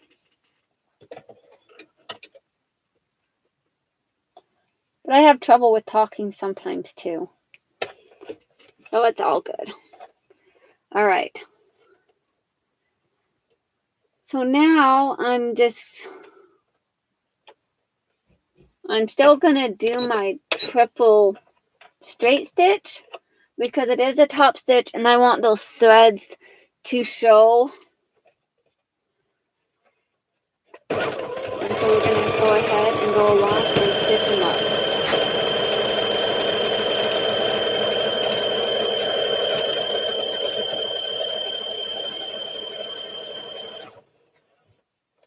And you guys get to listen to the hum of the machine.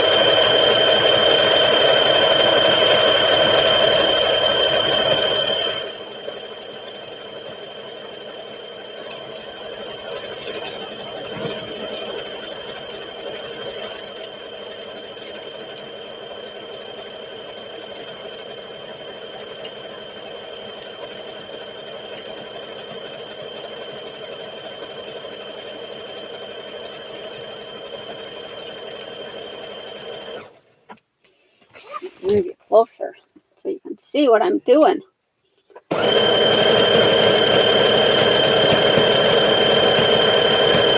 Hopefully that's better.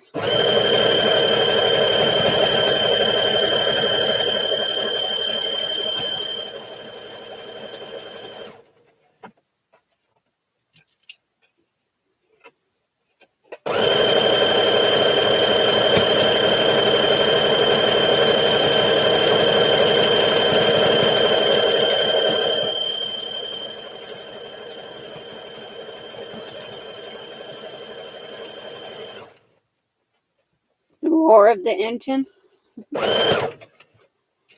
Yeah.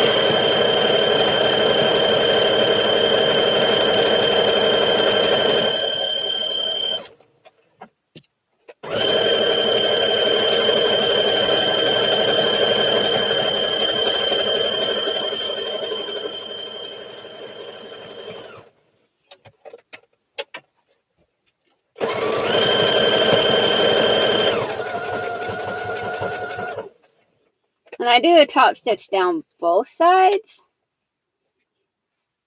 Just because I'm extra like that. Yeah.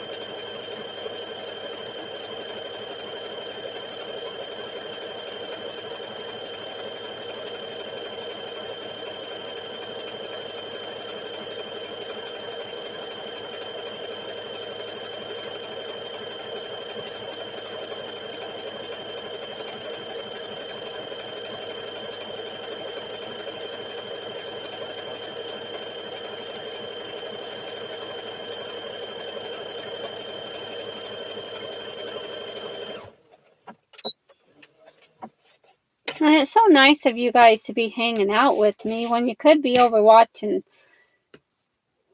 Lori. Although who knows, you probably are doing that too. But I know when I'm watching people, I'll watch one on my phone and one on my computer. I've tried to watch 3 at once, and that's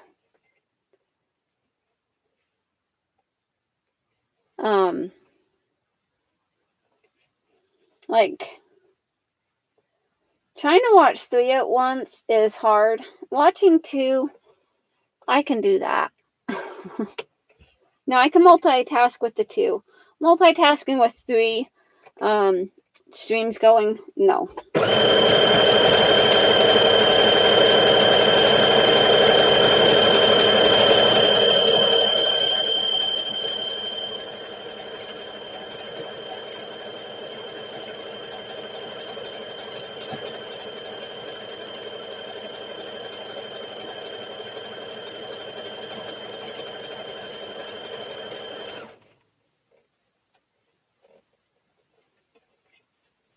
Yeah.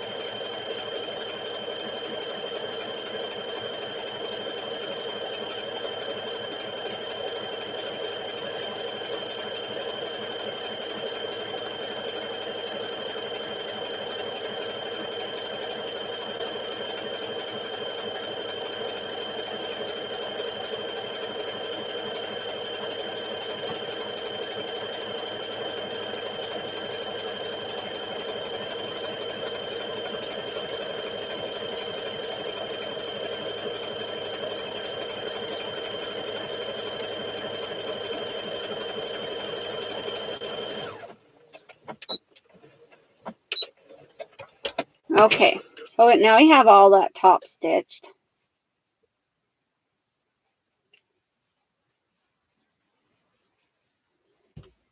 I just kind of did a piece and I went down one side, up the other, and then started the next one. All right. So this piece is all finished. Now, okay, we have this piece to do.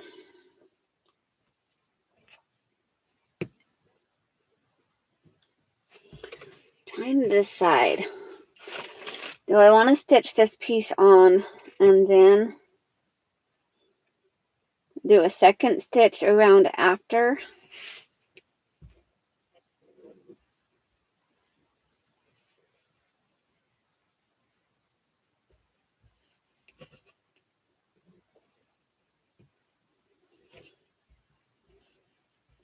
Oh, I know what I needed to do. I needed to do a top stitch across this before I even think about doing that.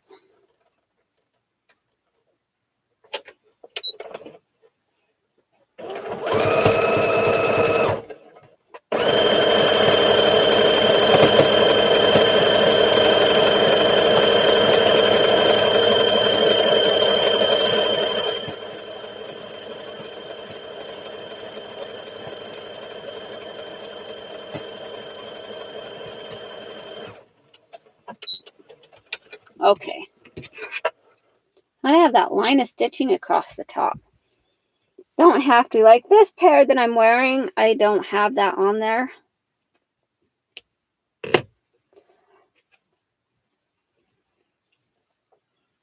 But I like that line of stitching across the top.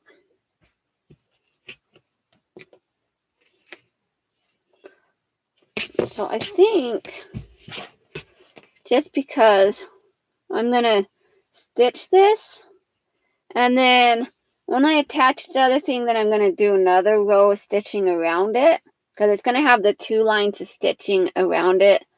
I'll do it this way.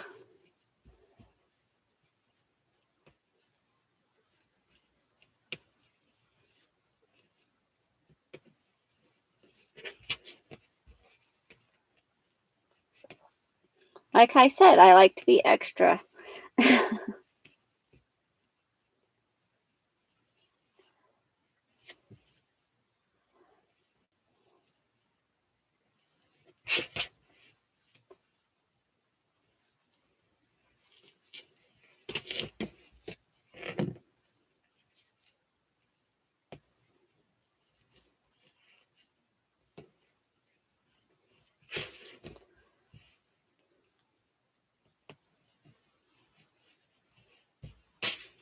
Now, if I had it scooted over just a little bit, my lines would all match up.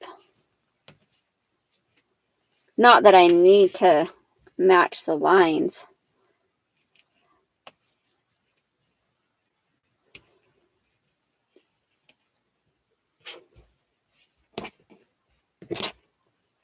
But the matching the lines doesn't really work, not when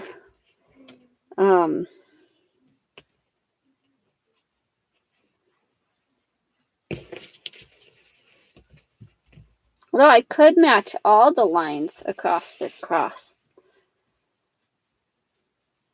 Whoops. What am I doing? Like I said, I'm being extra. So we match those lines with those lines there.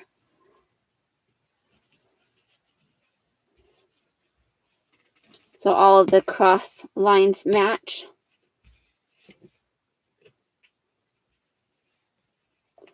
Because having the pocket a little bit lower is just fine.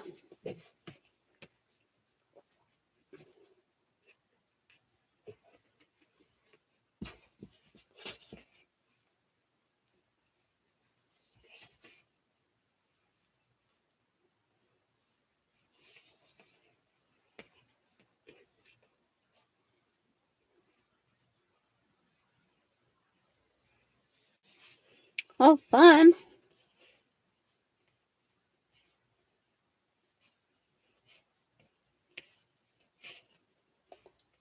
So are the books just ones that you're using for, like, with different stitches, or to stitch in? Are those embroidery stitch books just ones that are giving you different stitch ideas, Kellyanne? Inquiring minds would like to know. And by inquiring minds, I mean mine.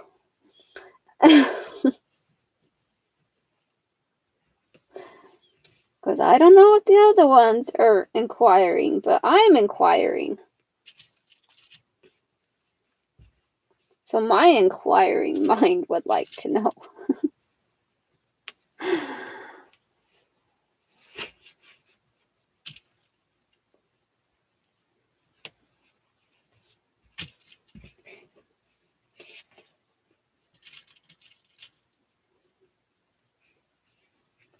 Sometimes I like to pattern match. So I'm going to have those lined up because it was supposed to go up to this dot right up here.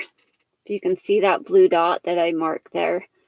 That's where the pocket was supposed to go up to. But it doesn't have to all the time.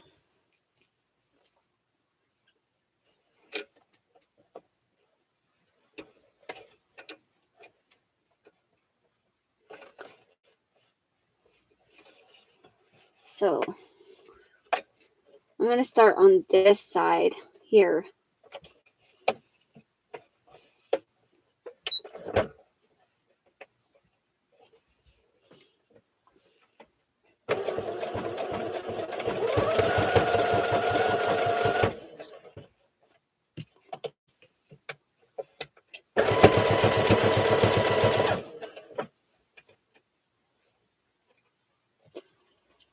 Kellyanne was hand stitching.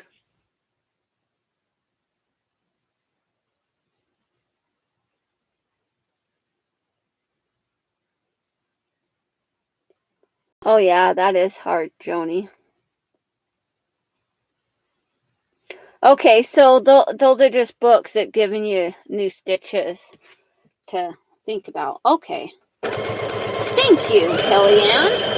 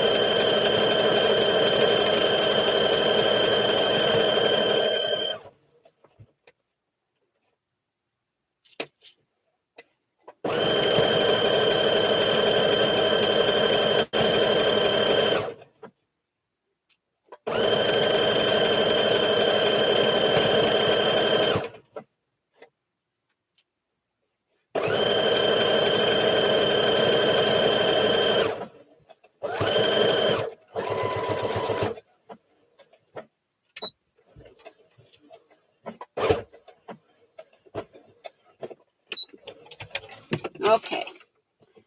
Now I have this pocket piece stitched on, and I will do another stitching around it, but that is after I stitch it, get the inside part sewn down, like the lining part. So here's my top pocket.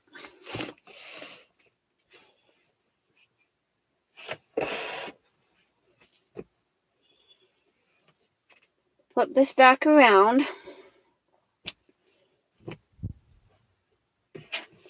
So we're going to take the straps.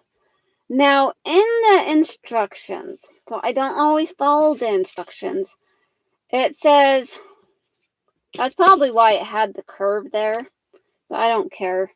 It says to take, so basically you would take the curved piece and kind of have it going up, if you can see what I'm talking about here.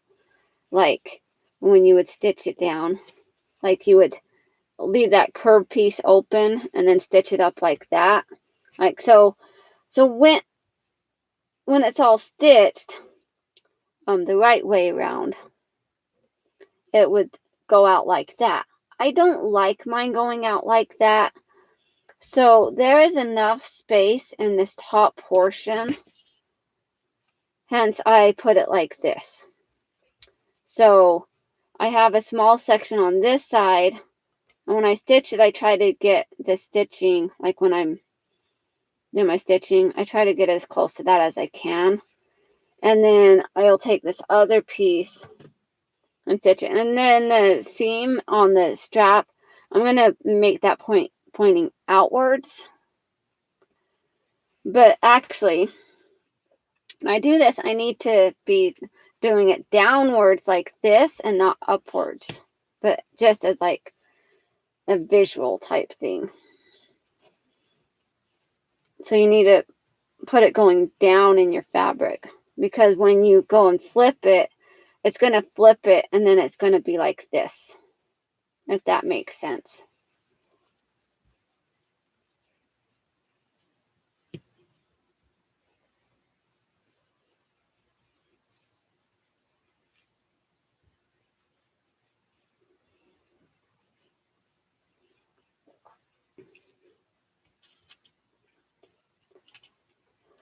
So I will do a basting stitch on this piece.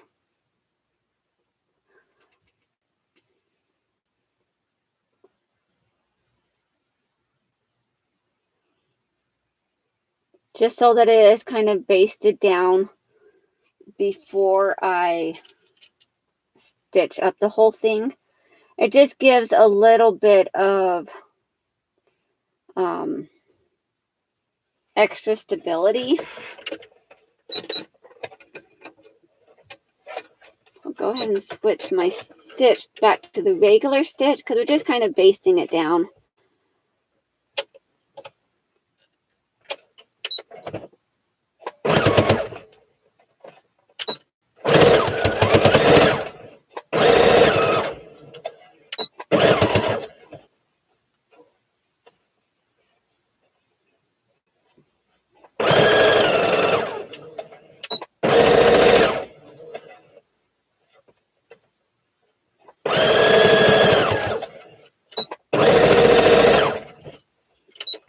That is one of like the extra things I do. I do move those straps because I like the straps better going out the top than going out the sides. Just makes more sense to me.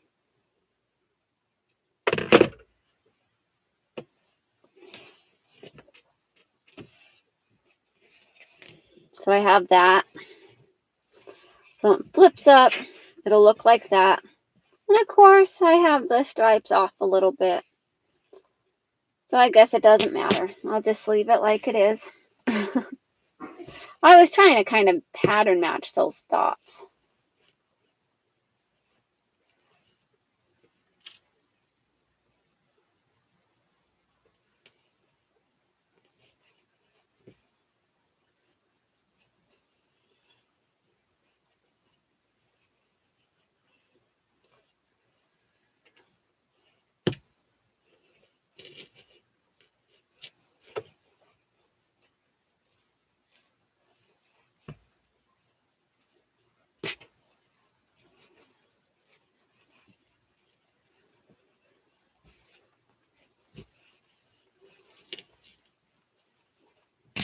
Okay. So we're going to attach the lining. Now, this fuzzy part is just going to be on the inside, and this is what's going to show because this is the top portion, and so I don't really need the fuzzy part, you know, on the top. I just need the lining piece on the top. And I could have used the same fabric for this top portion, like this fabric, but I chose to use a lining fabric that I used for everything.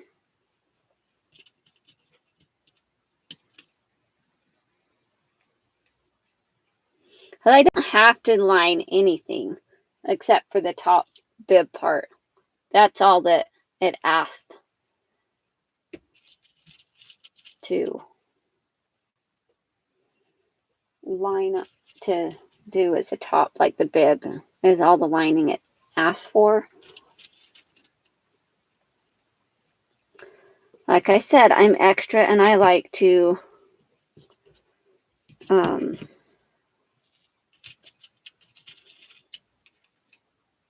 complicate things. To me, it's not complicating though. It's improving. Because who wouldn't want a pair of knit overalls that feel like a pair of sweatpants? Especially out of fabric that you wouldn't traditionally think about making a pair of knit overalls out of.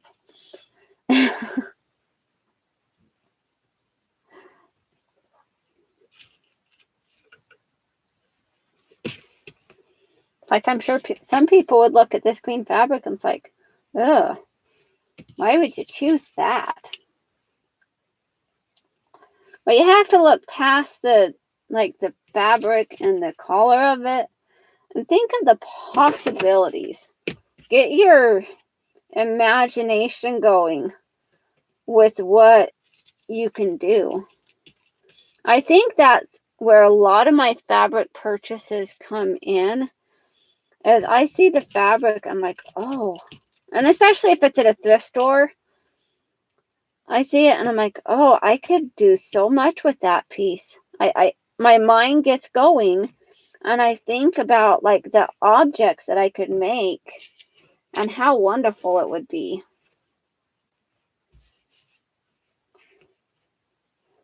But I have to have it. Has to be something that I bring home. Granted, I may not get to it ever. I like to collect the fabric for that purpose of using it later. The fact is, am I going to get to it and actually use it? Not always. But I know I have it. I just can't always remember all the different fabrics that I do have. What's wrong, buddy? What's wrong? Your arm hurt? Your mouth hurt? Yeah. What happened? Your tooth hurt? Yeah. Your tooth hurts? Then you need to go brush it. Let me see. Let me see it. Come here. No, I want to brush my teeth. You're going to go brush your teeth? Good idea. He doesn't always brush his teeth the best.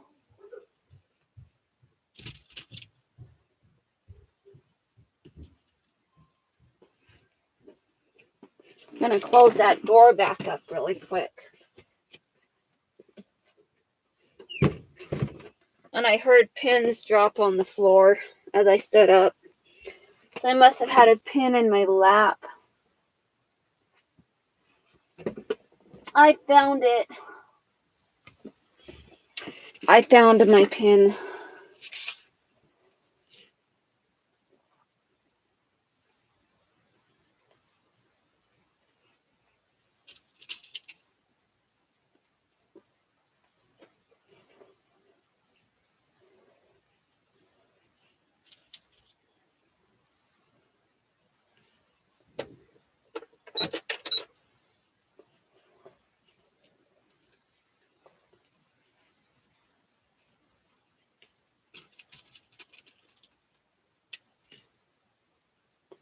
Yeah, so true, Joni.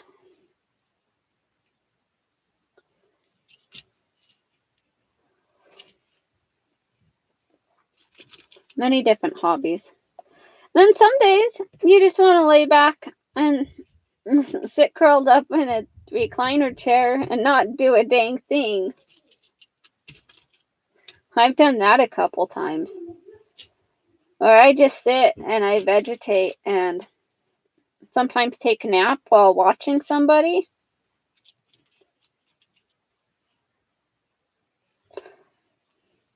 But that's what I do. Sometimes I just need a little nap. All right. So now we're just going to start right over. Thinking I actually want to start. I want to do with the green side. Even though I pinned it from the other one, I want to start from this side. Just so that I can kind of see where my stitching is here when I go to stitch this, because it's on this side and it's not on this other side, if that makes sense.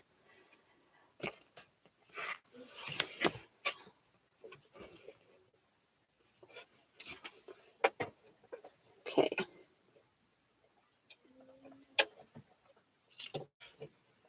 So I'm just going to kind of line up my presser foot against the fabric again, because this is going to be flipped, and I could do the 5/8 seam allowance, but you know, I don't always like to follow that. So we're just going to make up our own. Now we're going to make lots of noise.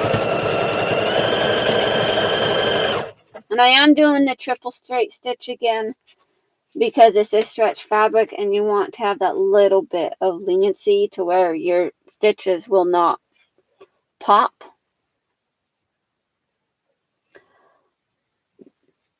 That's good, Becky. Lots and lots of ironing, oh my goodness. You picked up quite a bundle there at this store.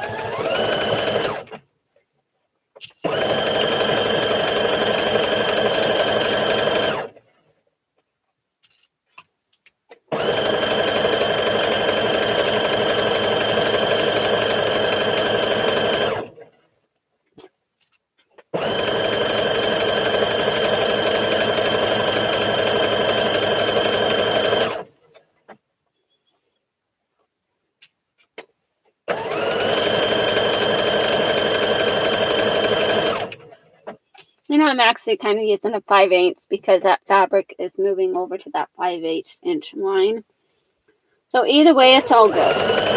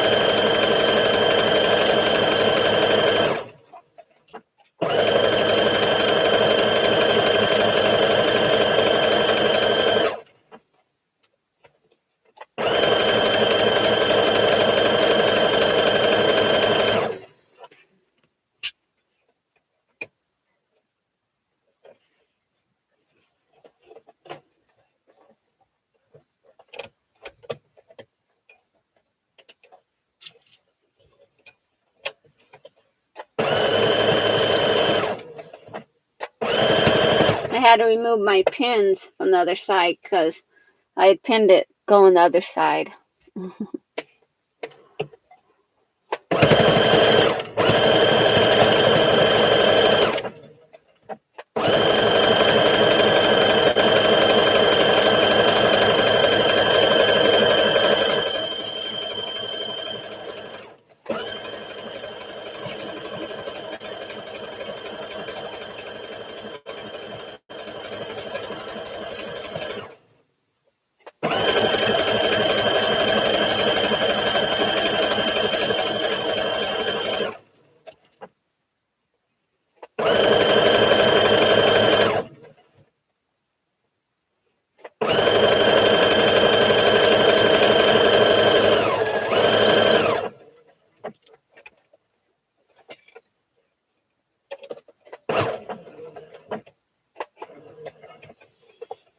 Okay.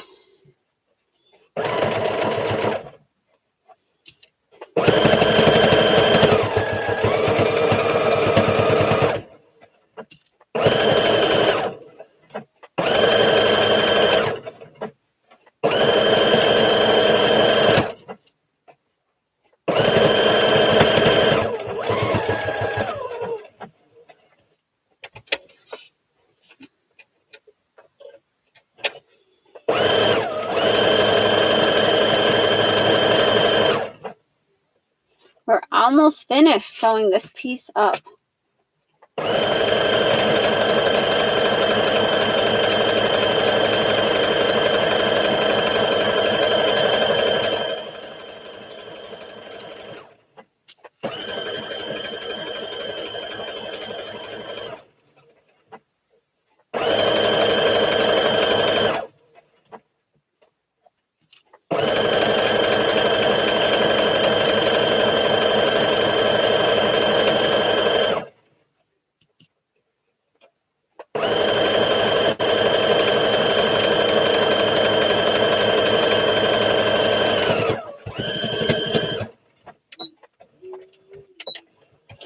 Okay.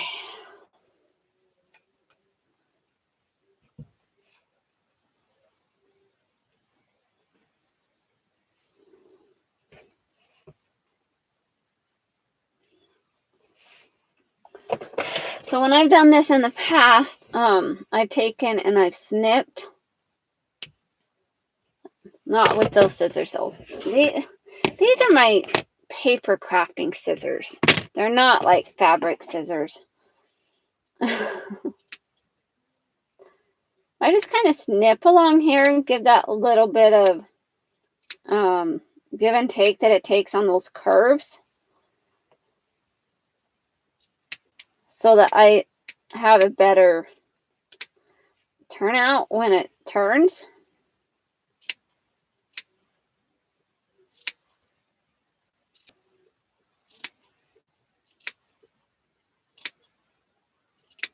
Okay. I'll do that to this other side also.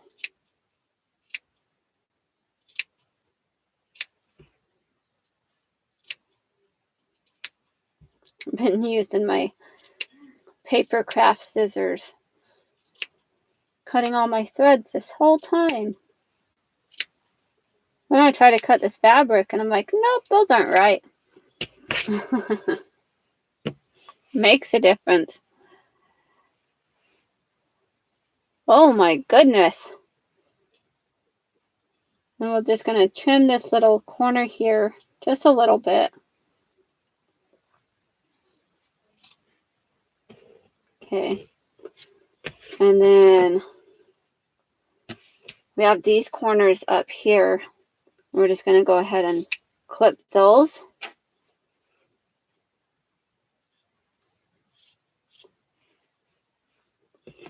So that when you flip it, it's going to lay better. Then I need to take out all these pins that I put along the bottom hem, like the bottom band. Because I like to say I was being extra. Not like I needed to do that. But I did. Okay. Now we can flip this right side out.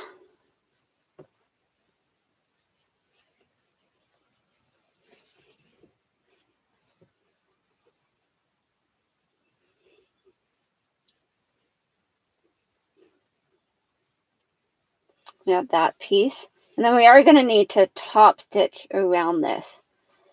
So as I'm flipping it out in some of the areas, I'm going to go ahead and pin it.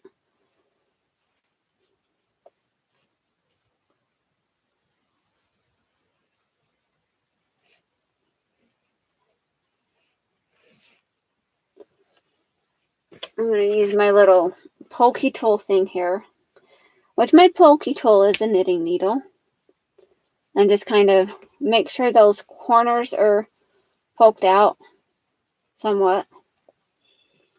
See, and look how nice that looks. I like that I put those straps going out the top end and not out the side. I don't know. That's some of the issues I have with some of the other overalls and stuff that I have. Like trying to finagle it along those sides and stuff when you're doing it is a nightmare. I don't know. Like the overalls that come to like almost to a point at the top, it makes things a little more complicated, and it makes me want to just switch out the whole pattern and do like a totally different back part.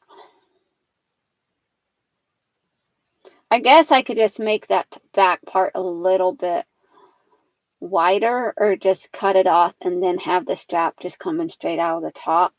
I could do that too. Either way, a couple different ideas that I get rolling through my head sometimes.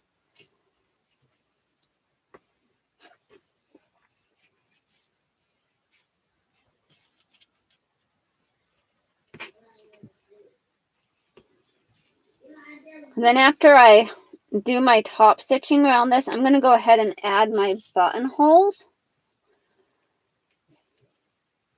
because buttonholes are a lot easier to add when you're not fighting with the whole garment.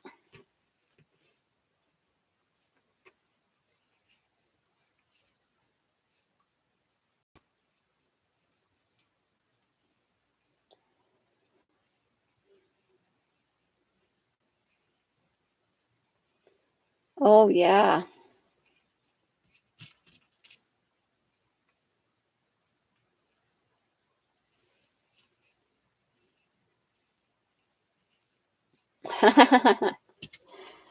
Oh yeah, I bet.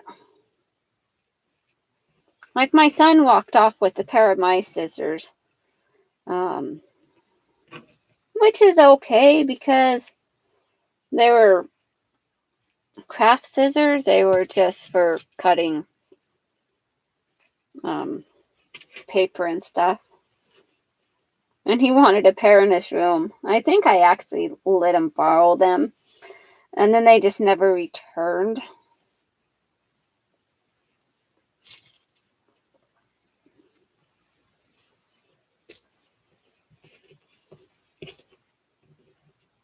I have lots of scissors though.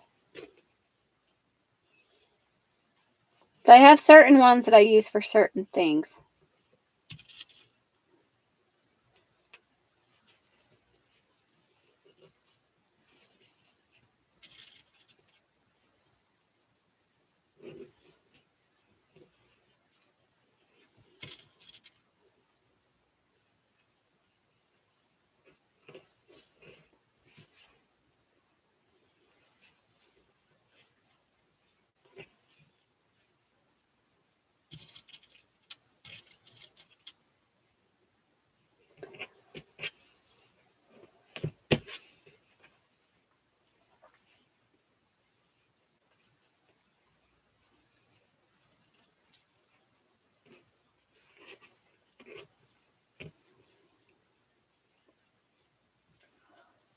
Oh,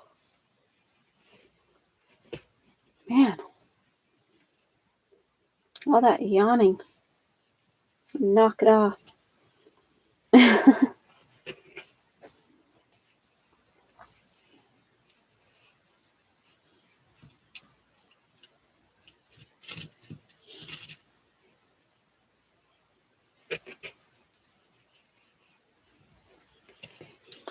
I'm not talking very much. I'm sorry, guys. I'm being one of those silent people again that don't talk and explain what they're doing. So what I'm doing is I'm just pinning around this edge so that I can go around and top stitch all of this and take all the pins out as I go. Does that make sense? I hope so.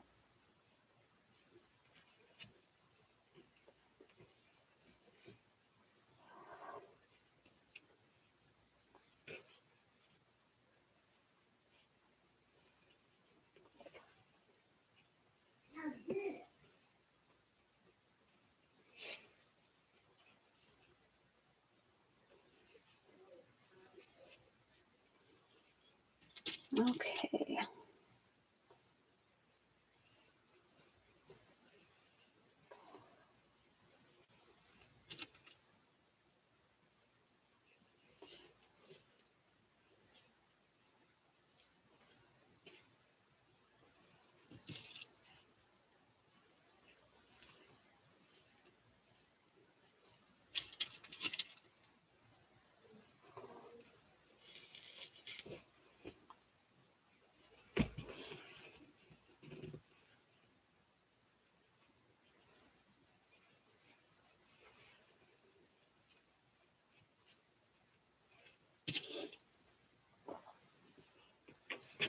Then I'm still going to use my triple straight stitch when I go around the outside to do the top stitching,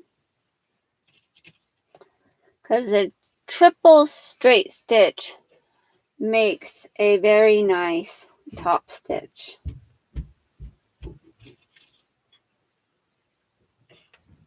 Sounds like somebody's awake up there stomping around.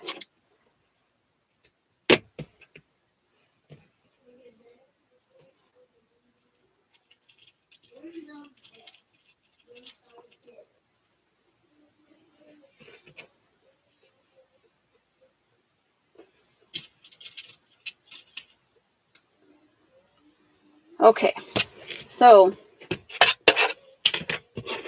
get those out of the way here. My machine back. And I'm just going to start at the side seam area here.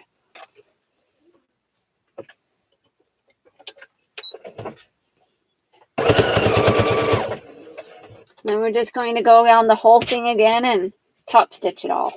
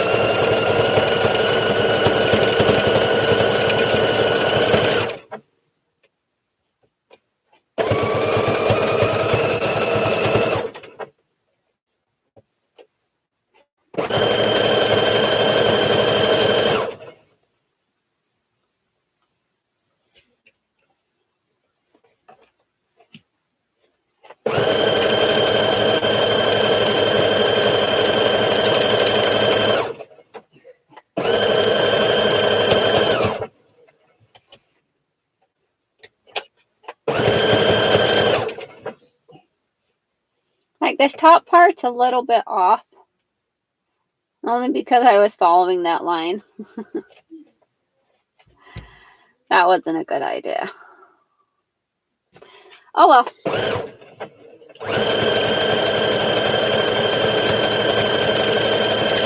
I'm not unpicking it. There's no way. I should just know better.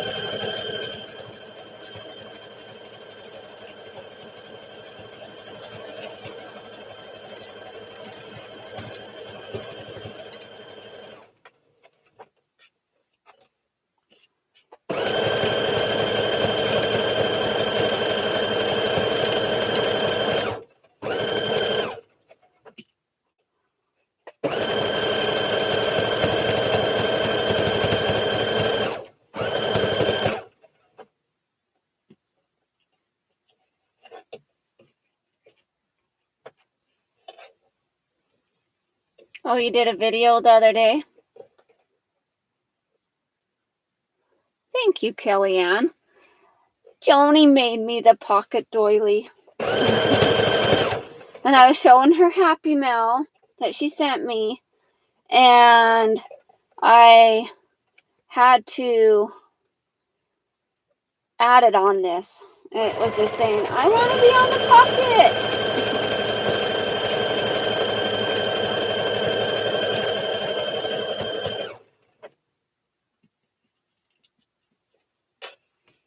That's cool.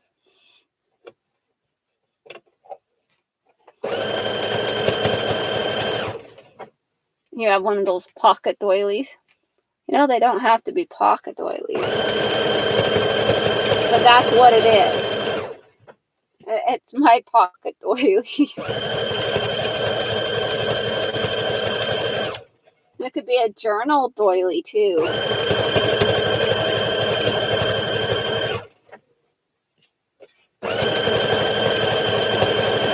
I just love to add extras.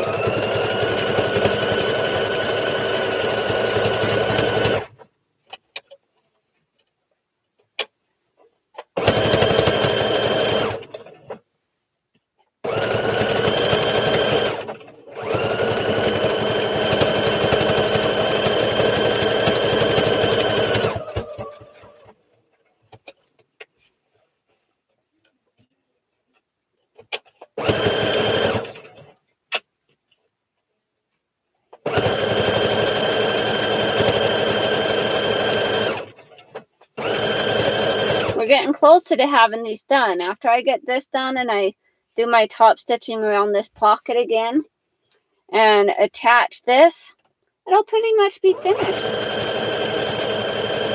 How exciting is that?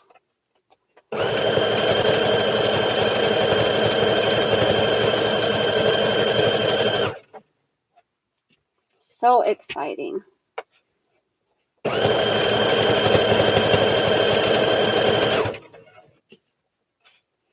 Now, adding up all the hours, like the first hour, that was almost 4, and then this is 7, and then the other was like 2. So that's like 9 hours.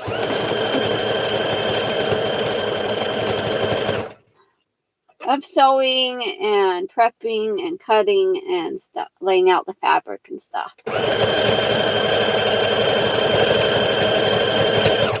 9 hours. How do you like them apples? And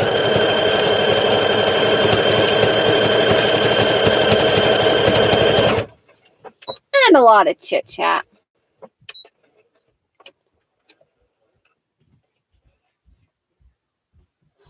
Well, don't shut yourself down, Kellyanne.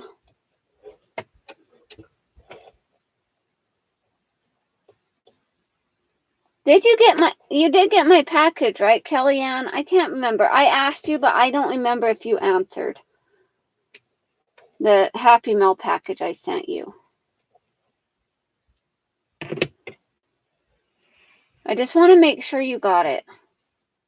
Because I can't remember what the answer was if you did answer last time I asked.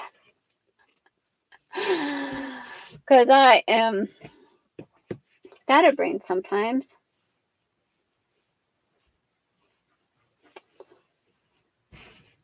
All right.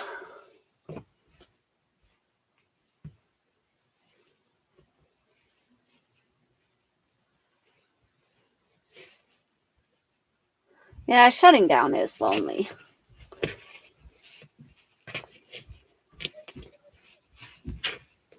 Okay, so I'm going to top stitch this around just so it adheres to that fabric, because that's kind of what I did on this other one. But it just gives it that extra stability in the pocket too, because this pocket is my phone pocket. The pocket is where I put my phone.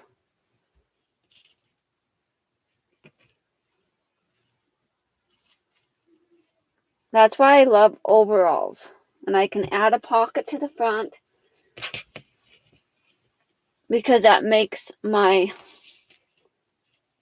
a phone pocket. And phone pockets are my favorite, especially when they don't have to go in the lake.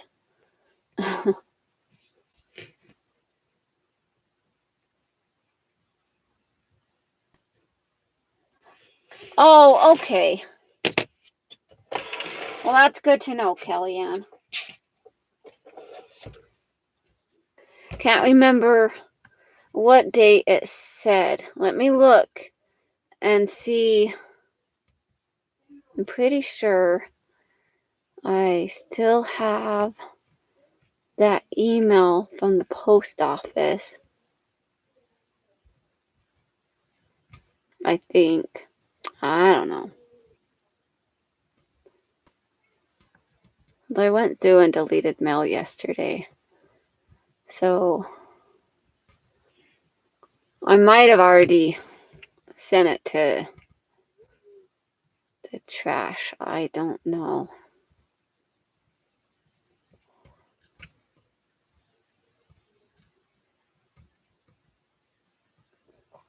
Just wanted to double check when it said it was supposed to be there.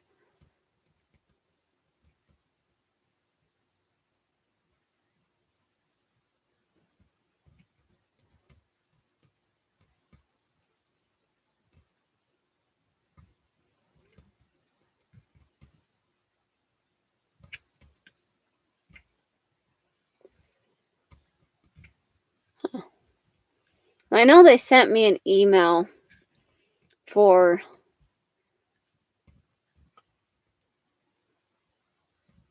the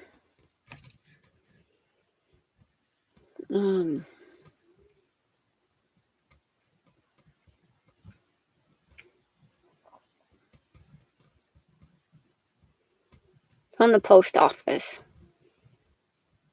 Because sometimes the post office says, all we can do is send you a receipt in your email.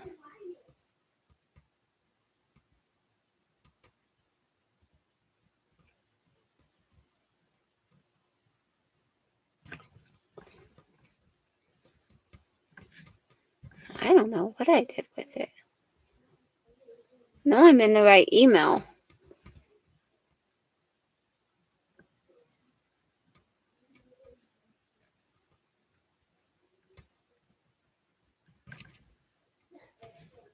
Oh well.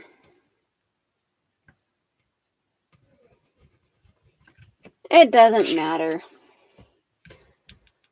I was just trying to see.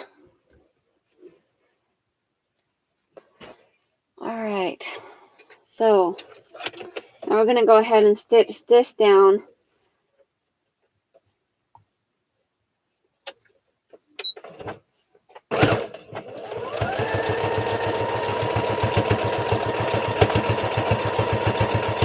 On that top stitching, it's going to stitch it to the other fabric that's behind it and give that second line of stitching. That always looks so cool.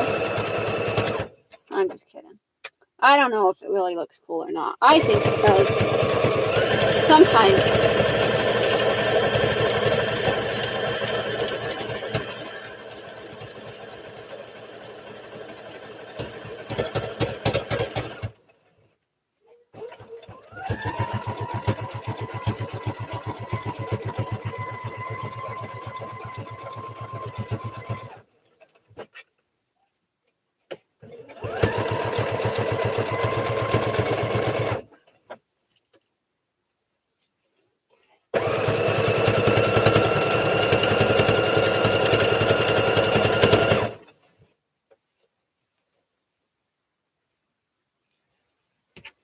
Oh, okay. Well, I just know sometimes when I've shipped stuff to Virginia, it's gotten to Virginia sooner than it has to places like Florida and Michigan and those. So I was just wondering. Because I think I sent it out Monday.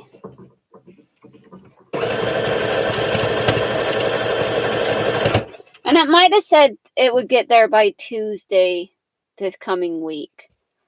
So it might not get to you till Tuesday. But it is snail mail, after all.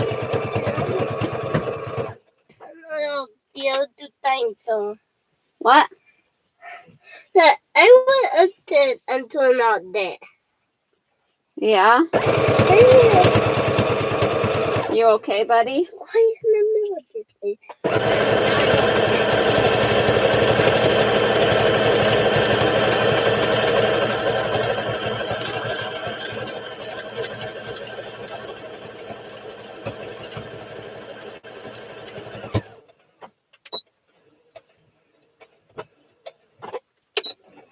All right.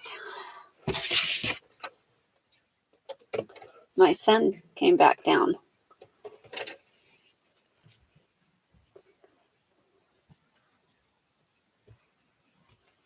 Let's see, we just have that line of stitching on this side.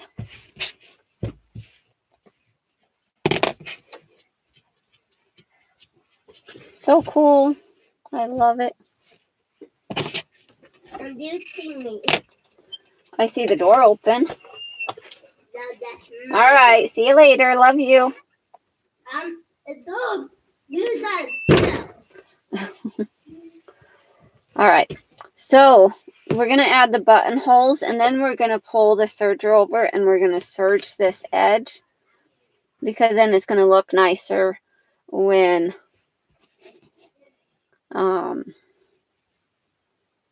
we stitch it onto the other portion. So I'm going to move that out, pull my little bag here, and I have my buttonhole foot. And I just kind of like to default to the largest setting with the buttonhole, especially if I don't know what button I'm going to use yet. Because then I can just, if I want to use a really big button, I can. Okay. So when I do my buttonholes, I like to unplug my foot control pedal. Because it just makes more sense to me to do it that way. Well, then the machine will do all the stitching all by itself, you know. And then I just kind of line up kind of what, usually I'll kind of eyeball like where my stitching is on this and add my buttonholes.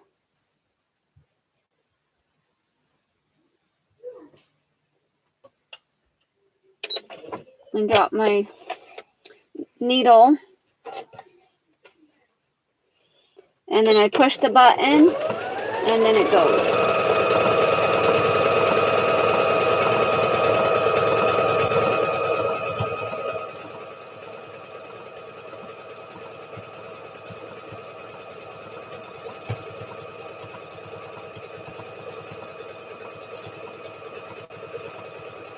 And I stay with it and watch it as it goes to make sure that it doesn't get hung up on another piece of fabric that's sitting here or whatever. Uh-oh, my thread just broke. Okay. All right. That happens sometimes.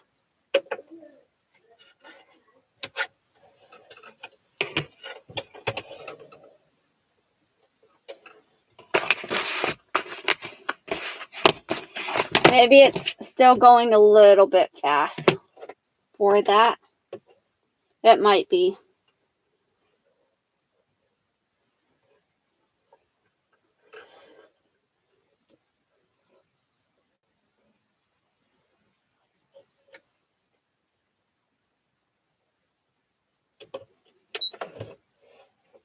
And I didn't reset any of the settings that are here, so it still kind of stayed where it was while I rethreaded.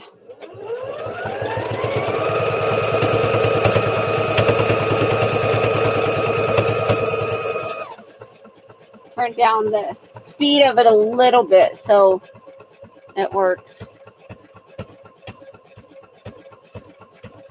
Oh yeah, I bet.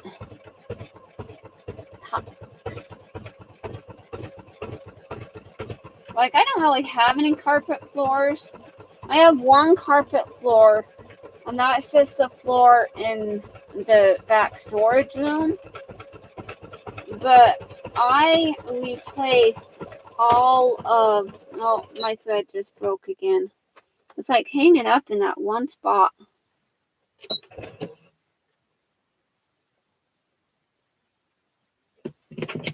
That's weird.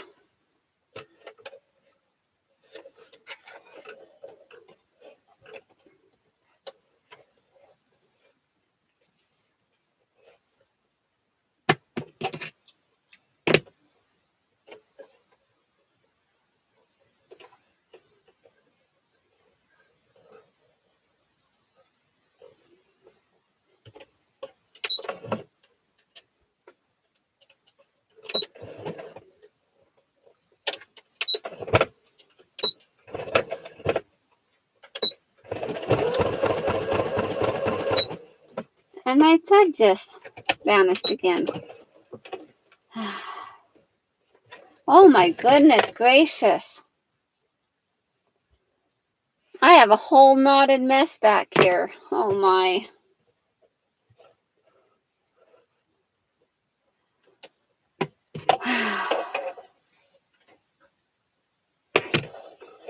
How do you like them apples?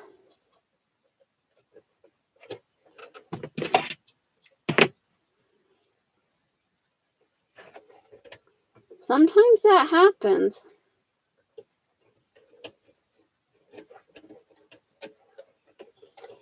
So it's kind of like going back to the drawing board here.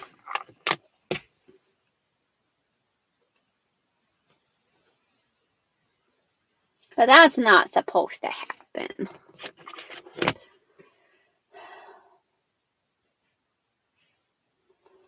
Kind of stick my unpicker here, my thread ripper, and rip off some of those threads that are holding this up.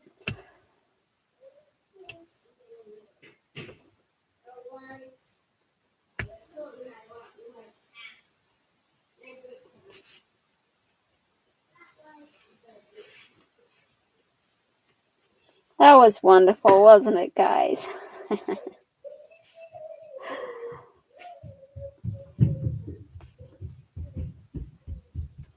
See, things like that happen sometimes. I have to roll with it. Fix it. I know.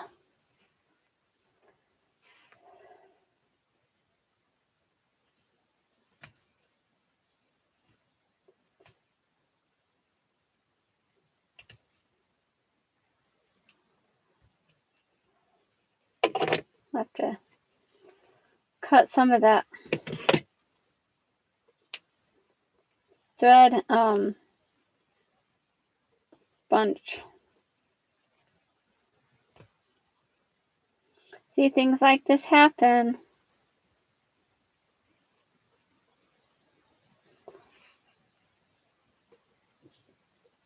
And I could always try to do the stitching from the other side so that instead of stitching from this side, it's stitching from this side. I can do that too. Maybe I'll try that. Maybe it will do better. Maybe.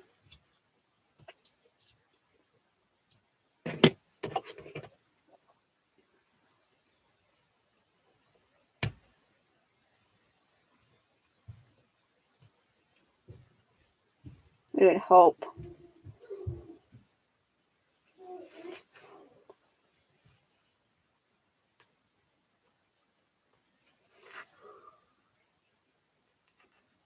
I'm sure Becky has had this happen to her several times, I'm sure.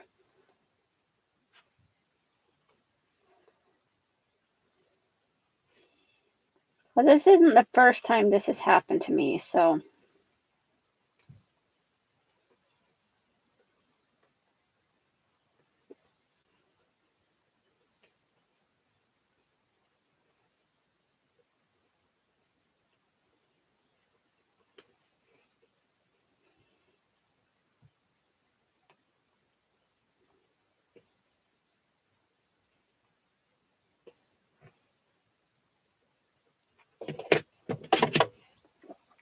We just roll with it and make it work.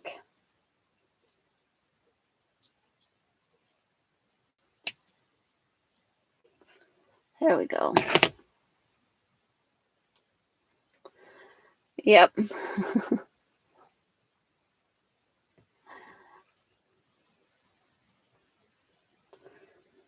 Well, this I don't have to walk away.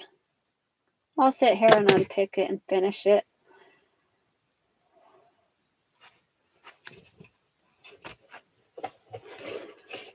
Well, let's go ahead and do this other. Well, I'll put this in here and try this again. How's that?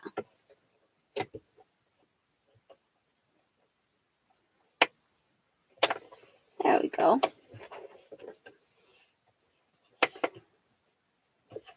Now, hopefully this goes better.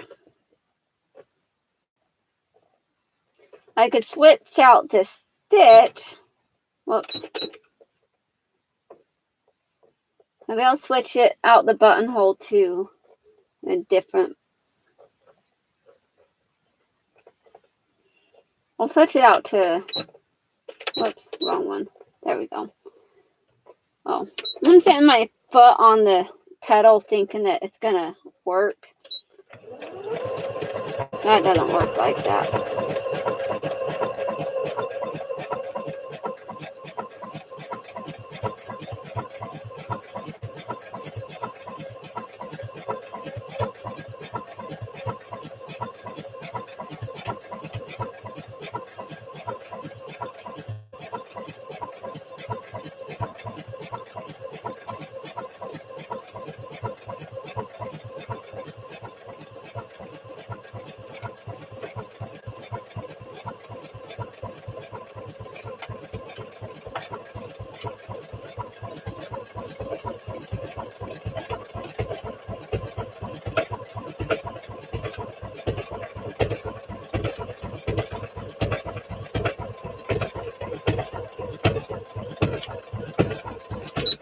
I think it's getting stuck again. Let's see. Yeah, it's knotting up again. Like, look at that.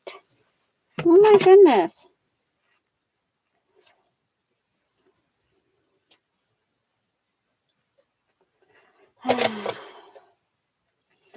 I'm going to have to do the buttonholes later. So I'm just going to leave this buttonhole piece how it is for now. Or maybe I just won't even sew buttonholes and I'll just sew the buttons and the straps right onto it and not even do buttonholes. I'll just put the buttons straight over the top of all of this.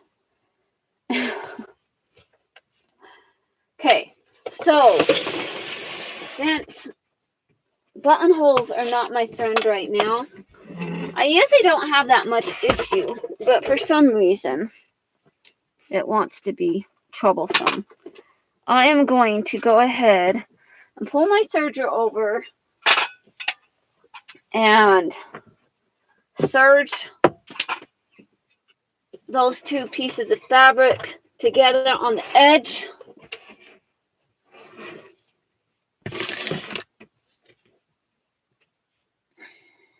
What's my bobbin look like?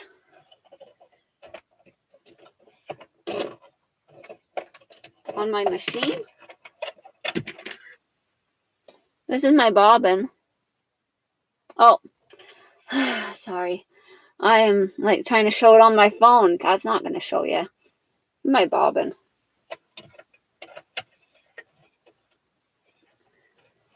So there wasn't anything wrong with my bobbin, I don't think. I think it's just because it's the knit fabric and it's just being difficult. But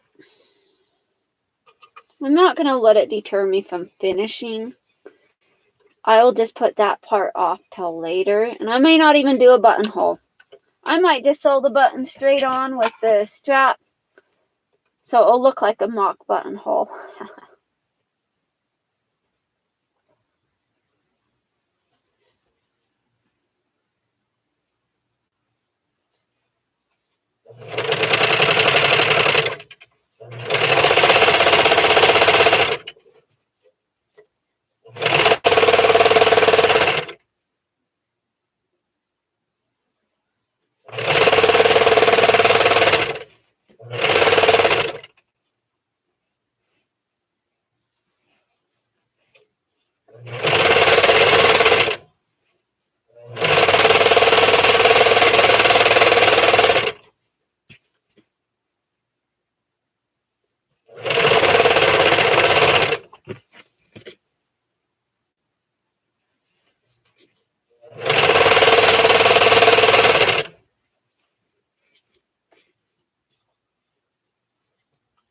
Hey, Nez.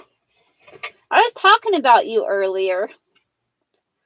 Like you were talking about that you had left me an email. Well, I think YouTube doesn't like people putting emails or any of that in chat. And so they probably took it away. And so I don't have your email address to email you. So if you can give me your email, and if I give you moderator privileges, it will let you add your email in there. And then I can write it down and then we can take it away so it's not floating around the internet. I don't see your email yet. So, like if you see, like I gave you moderator privilege. Okay, I'm going to write it down really quick. Okay, now you can delete it, Nez.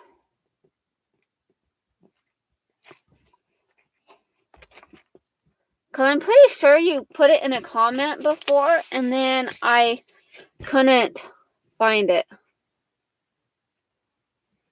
Okay. Yeah, because I looked on your channel in your about page and it didn't have your email in there. And I tried asking you last night on your live and it wouldn't you just weren't seeing my comment asking for your email. So I just figure I would ask you if I saw you.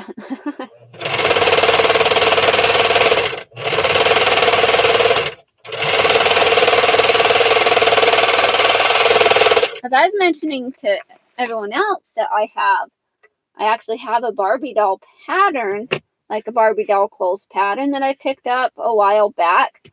I thought it was for something else, and it ended up being for a Barbie doll. But they're really cute. Now, I could have picked up a whole bunch of Barbie doll patterns, but that really wasn't my thing.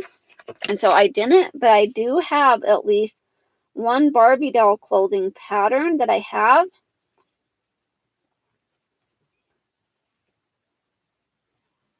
I don't know why I'm still messing with this stupid buttonhole fabric. I'm trying to narrow it down because it was bunching up on me. All right. Just gonna not worry about the buttonhole. I'll worry about that later when I add the buttons. I don't know what buttons I'm gonna add yet either because I haven't gotten that into it. So we're gonna move the machine back over now since I serged those two pieces together. Put my machine back together here.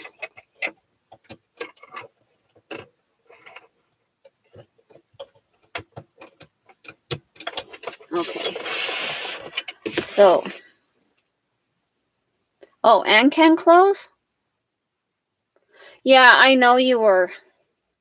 And now it's fine. That's why I didn't worry about it. I figured I could ask you later.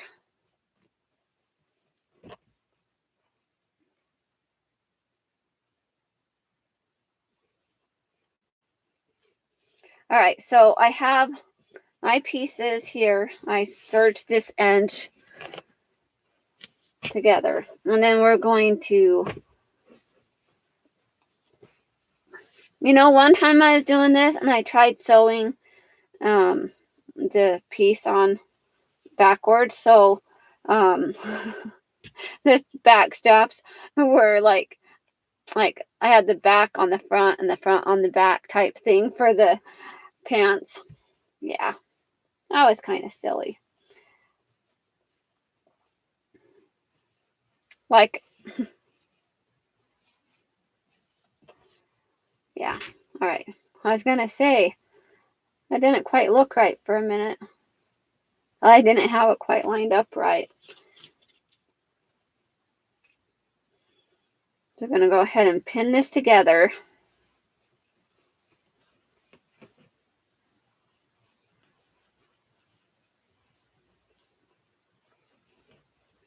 And there may need to be a little bit of stretching going on as I'm pinning it, because that does happen. But that's if I would pin it like to the right area. I was pinning the wrong notch to the wrong notch. Oh my goodness. See, now that looks better. Oh my goodness. Some issues, I tell you. I'm going to go along and pin this together and then sew it and then figure out what buttons I'm going to add to this, because I have no idea. I know I got a Keisha box that has some beautiful green buttons. And I think they're like the sage green like this. I know I put everything away, so I just kind of tucked everything off and away and wherever. So I don't even have anything in the box to say, oh, here it is. So that might take a minute to find. But yeah, they were some pretty buttons. that I was pretty pleased that I got.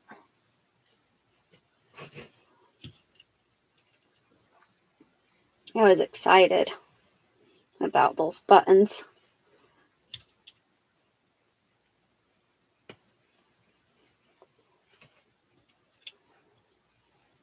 But I showed it on my last Keisha haul.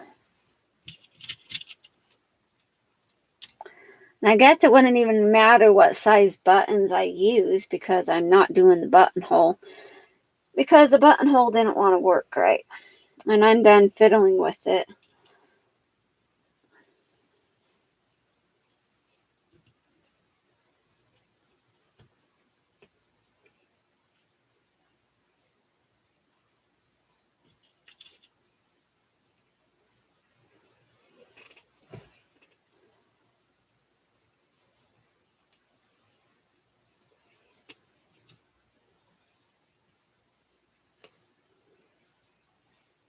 So I wouldn't want to have to search over all of this. That'd be crazy. Like, sergers aren't meant to go through like 6. Well, let's see. 1, 2, 3, 4, 5, 6, 7. This is 7 layers of fabric here.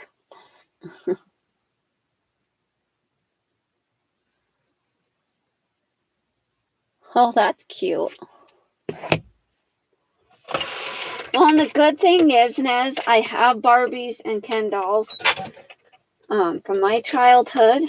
Of course, I still have them. Well, my daughter also has a Barbie doll.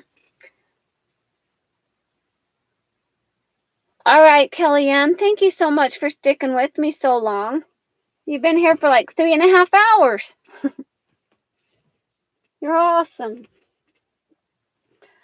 But yeah, I have Barbies and stuff that I can use to try the clothes on, so make the functionality work.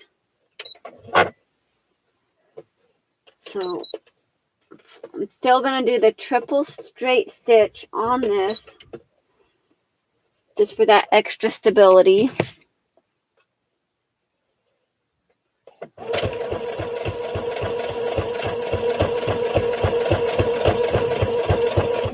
As long as it doesn't all knot up as I'm sewing this up, then we're good.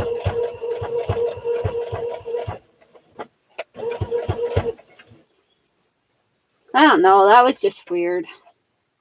Buttonholes. Jeez. Oh, let me turn up my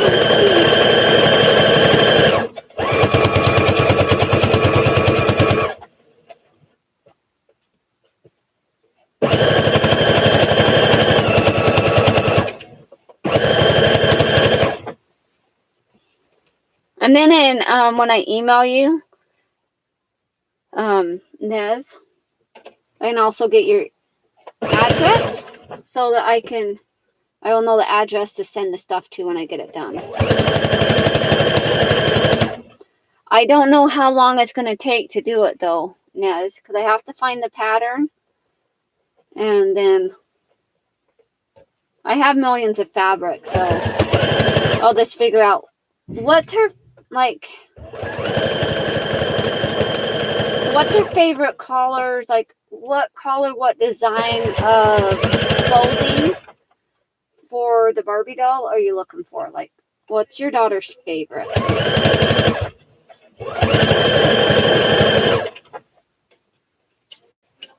And I'll see what I can do.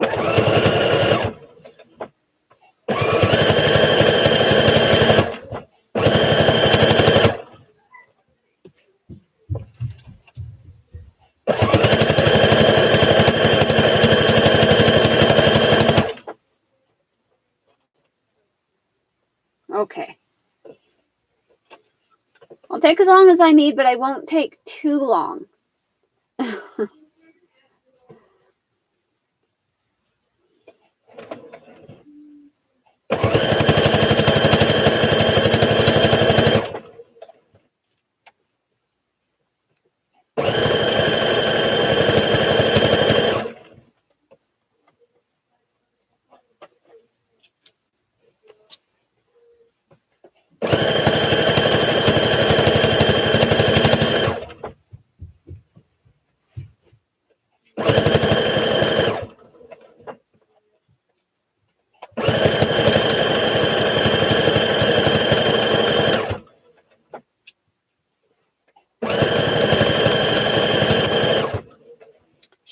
purples, blues, and greens. Okay.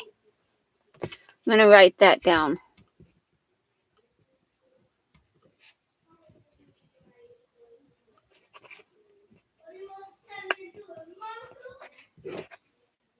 That'll be good.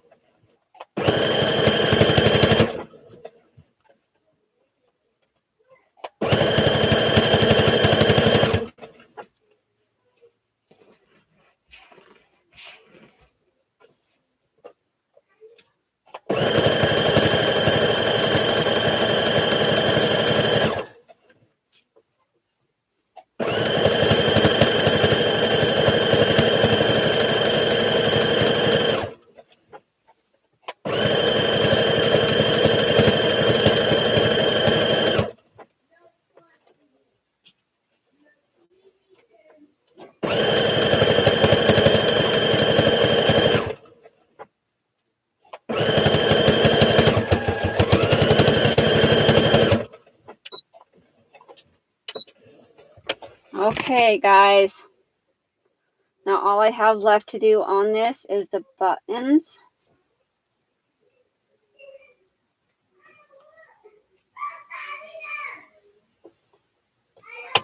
Okay.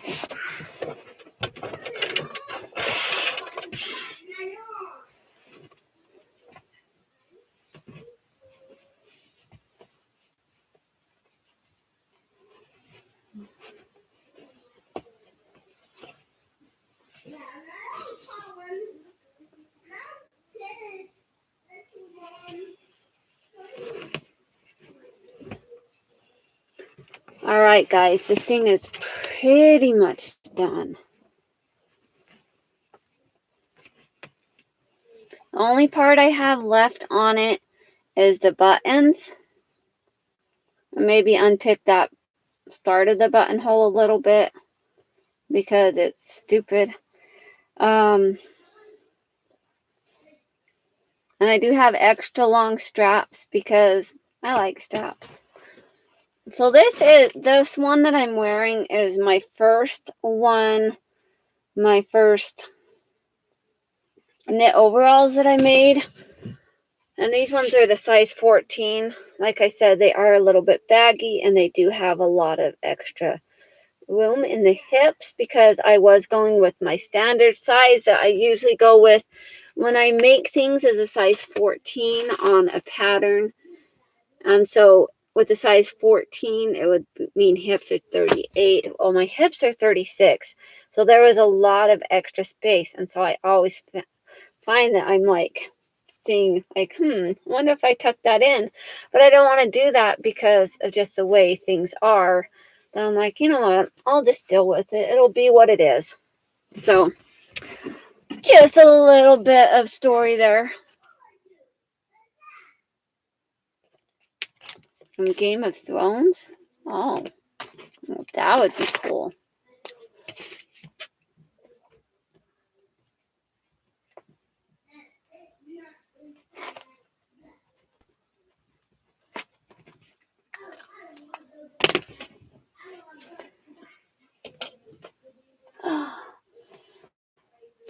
Da, da, da. Because my son was down here and he was playing in the curtains that and these clips aren't the best for holding up the curtain, but I had other clips and I decided to change it. So yeah, so I'm gonna have to find those buttons and I'll sew them on without you guys. I'm sorry, because I want to find those Keisha buttons and see, because I don't think they're in my boxing here. Like I have these giant buttons Have a whole strand of buttons here. Which these ones right here are Keisha buttons too. I don't think the giant green buttons are in here though.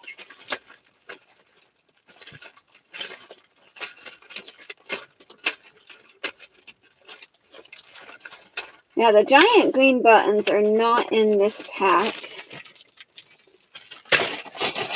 I have buttons that I could put stuff on. I have these cute little buttons. But these are shank buttons, and I don't want shank buttons on those because they're knit overalls, and I'm just adding buttons just for the looks, not for a purpose. Now, if I'd actually managed to have gotten the buttonhole thing to work, I think those would look really nice on there, don't you?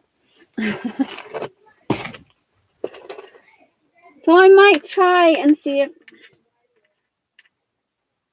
although it probably had something in the middle before, and then it was dug out.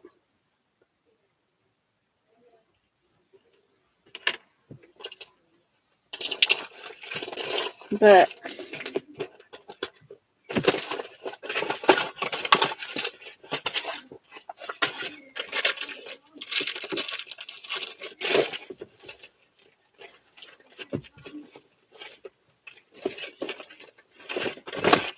this is like one of my button drawers.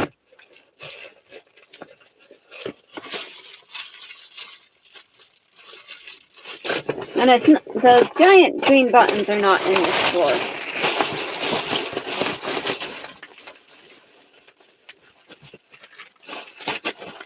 So let's keep looking, because I might have put the buttons in here, or I might have put them somewhere else. I just never remember.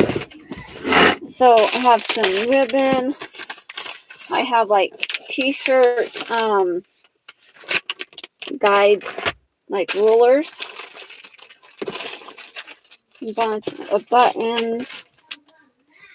And little teeny tiny buttons.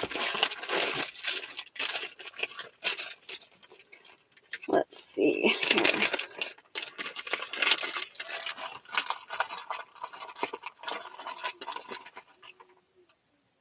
I have a huge giant button, but that's a shank button. So that wouldn't work anyways because there's only one. And shank buttons are not buttons that I'm going to use on this pattern.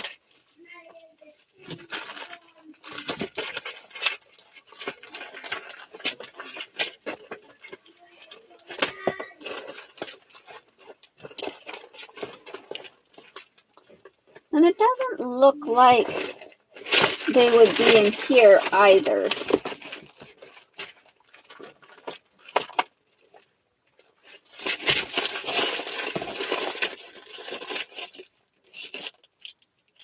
I have some Santa Claus buttons. They're wooden buttons. Oh, I found them!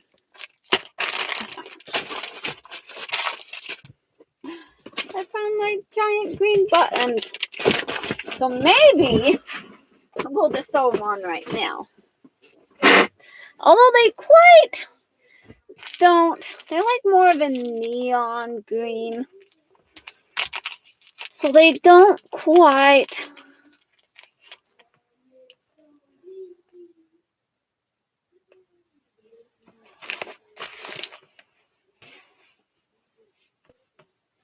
They're a little bit bright.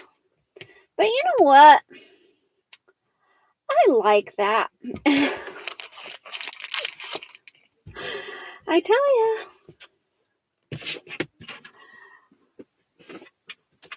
That's what I'm going to use. Because I can. Alright. Now I have to get out my button foot. Yeah, purple buttons would be pretty. Okay, so I will get those out too. We'll get out my other button stash that I have, and we'll look through that buttons too. Okay.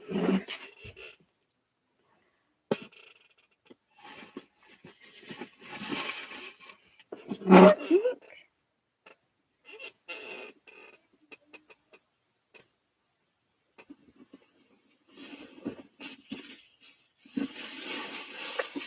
All right.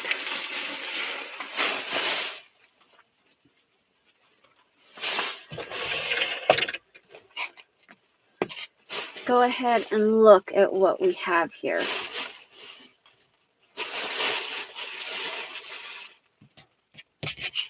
Yeah. Like this has a little bit of that color of green in there. But I can use these buttons for something else too. They will get used. So I have some.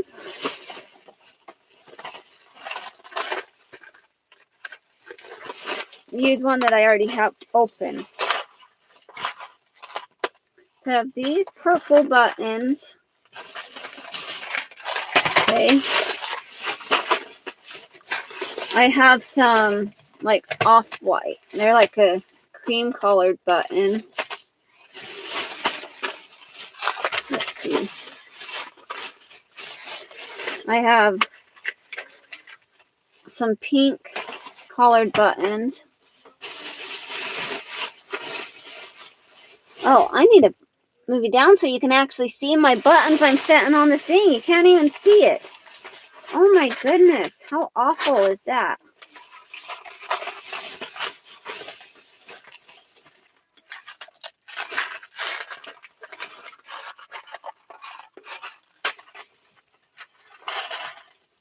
I have some red buttons.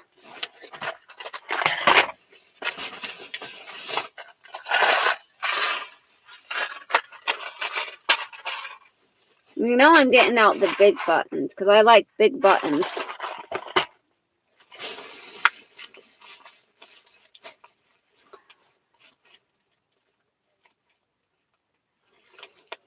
Like Camerals. I love that, Joni. Your cute little name.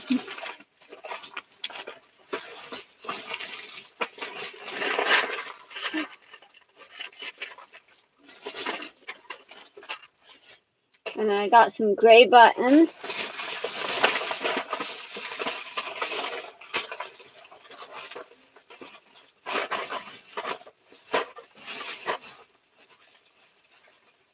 And I do have some white buttons also. So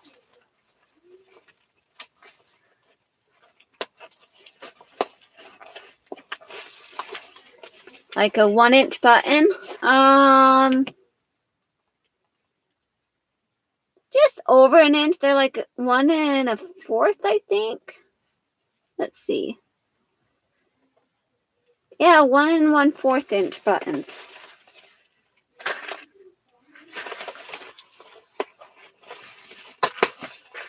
I have other size buttons too, but I like the big buttons for my overalls.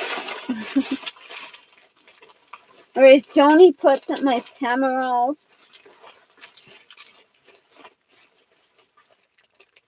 Like I also have black buttons, but they're just not as interesting.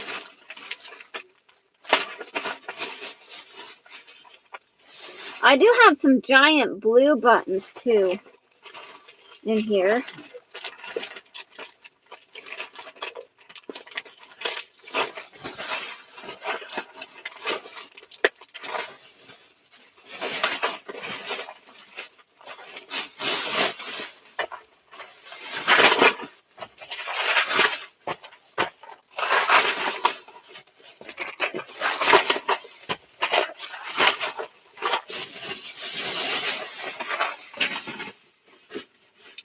More Happy Meal! Woohoo!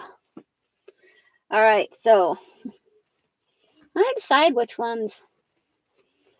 Because they don't necessarily have to match anything. They can just be just because. I don't think these blue ones really work. Those ones are out of the question. See, this green is kind of in there a little bit. You've got the white. We've got the gray. We've got the red. We've got the pink. We've got the cream. And we've got the purple.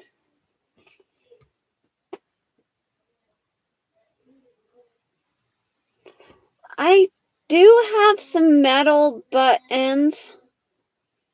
A lot of my metal buttons are shank buttons, though, also. I do have a set of metal buttons that I have on another pair of overalls. I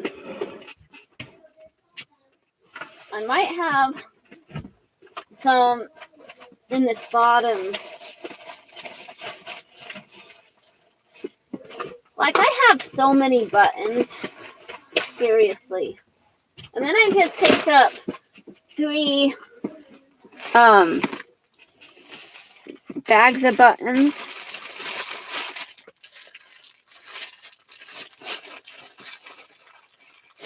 That has a shank on it. I got some brown wooden buttons.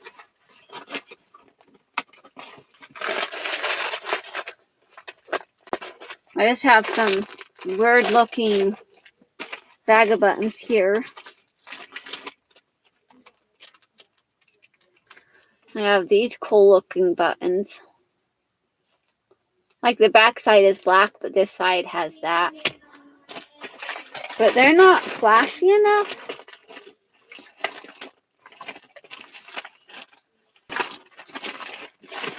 I have my shape buttons that have all different types of shapes and colors.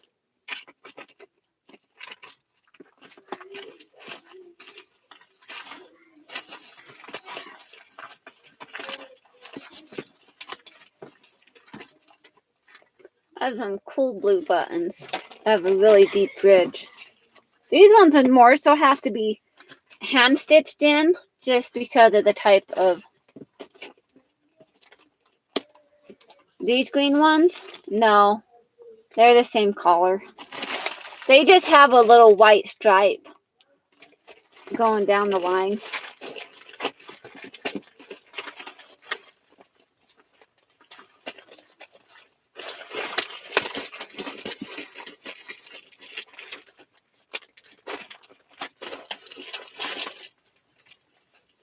I have some big blue buttons. These ones I've used on another pair of overalls that I've made.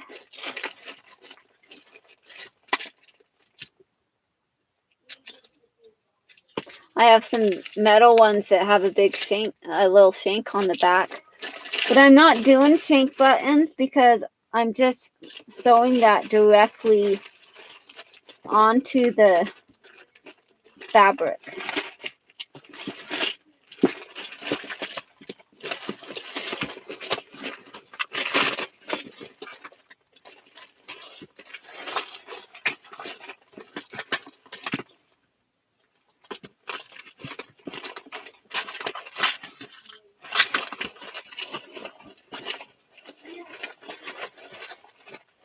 Yeah, wood buttons would be fine too.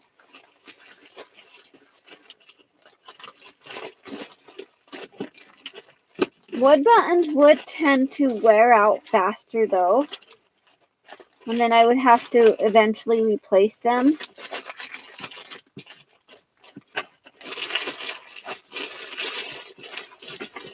Which wouldn't be bad.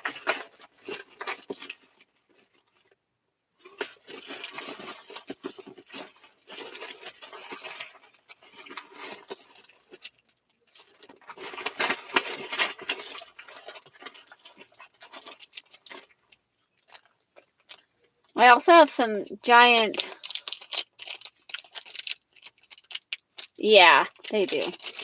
Like, I also have some, like, curly looking buttons. I have 3 of those.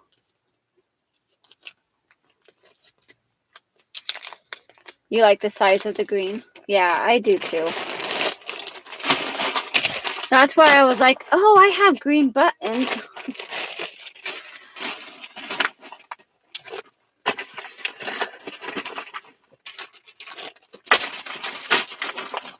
And they're not like the exact color of the fabric, which is okay. They don't have to be exact.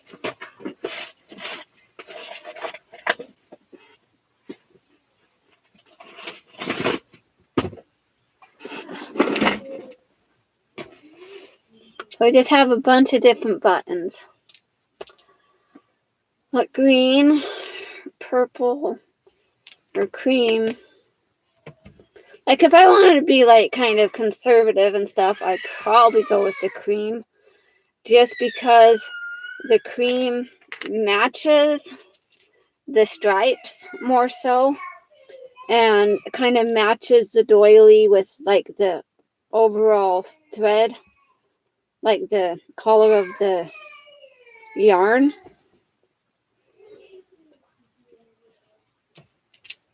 And then you have this that also kind of, but it's a little bit pink for this.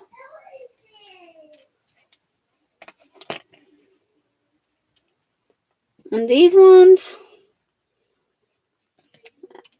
they're cool, but they're not cool for this. White is just a little bit too stark white, so that doesn't work. Red is good, but I don't think the red's really gonna fit on that. And then we've got the gray, which is the gray is okay too, but I don't know. I think really like overall that would be okay, but it's just really stark. So we might just go with this cream colored.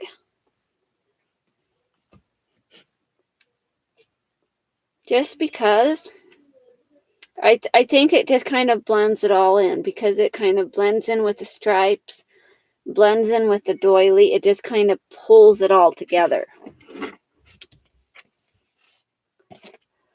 Now I need to kind of finish unpicking this knotted up buttonhole mess. Yeah. Cream pops.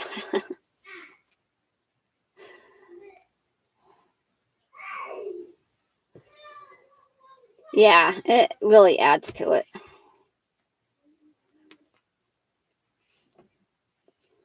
But I said I have a lot of buttons, but that's not all my buttons. I have those 3 drawers of buttons, and I have a little tote thing of buttons, and then I have one up above that has some buttons in it. Just buttons. Buttons all over.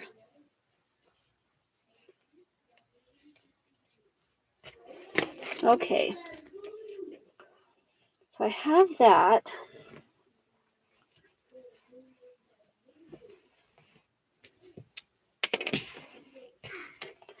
So I kind of need to decide where I want the button.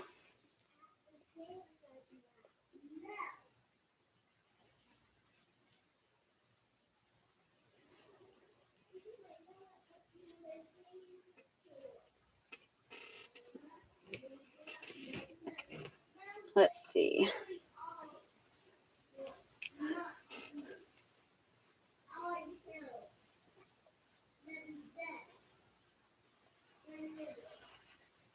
I think there would be about good.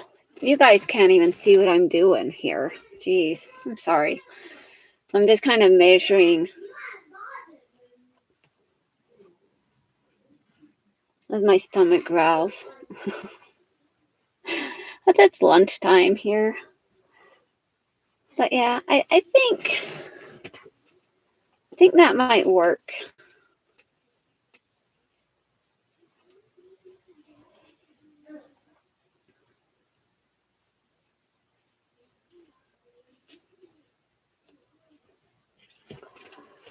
All right, guys. So I'm gonna go ahead and move this to my buttonhole setting, which my buttonhole setting is setting on is 40, which is a zigzag stitch for this.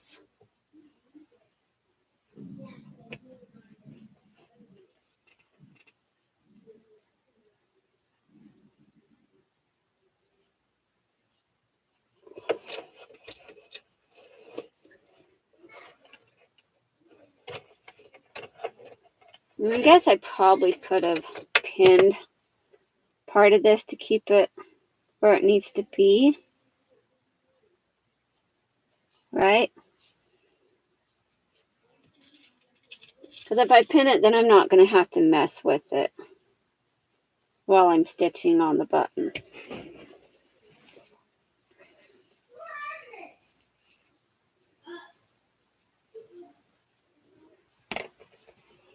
I'm going to measure this other strap out.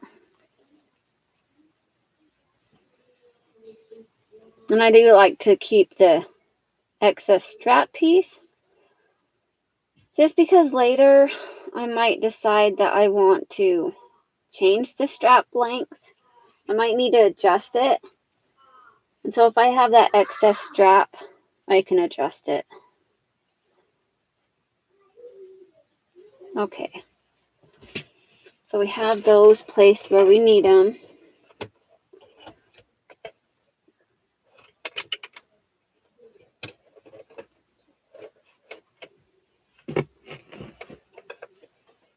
That where we need it. I think we're just going to kind of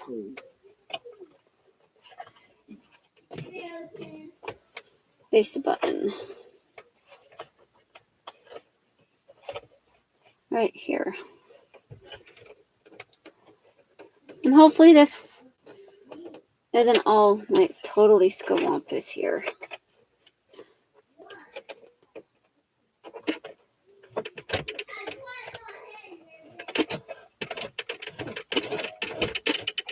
Okay.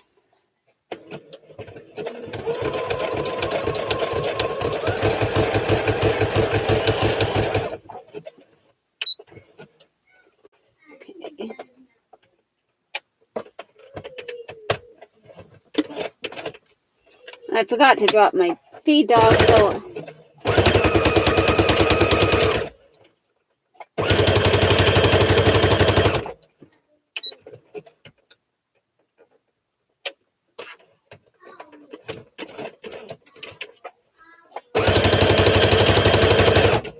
okay. I got that button attached. It should hold up nicely, I hope.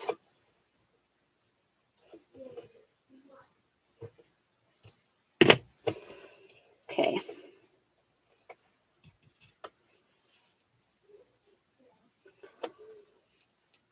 I'm almost tempted to take and like stitch that just along the top edge. But I'll try it out first before I do that.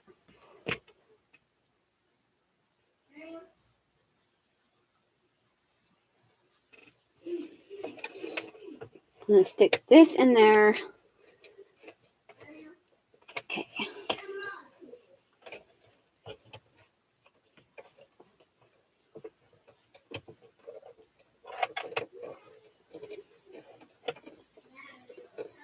I don't know.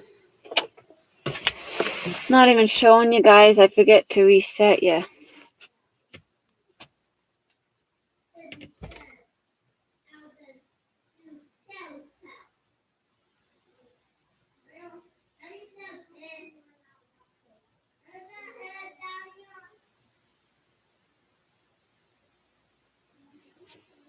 Oh, I bet, Johnny.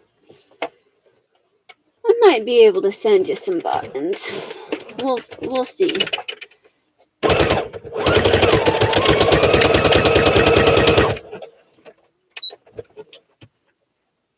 Hopefully you can see that a little bit better than just my funny faces I make. My funny facial expressions.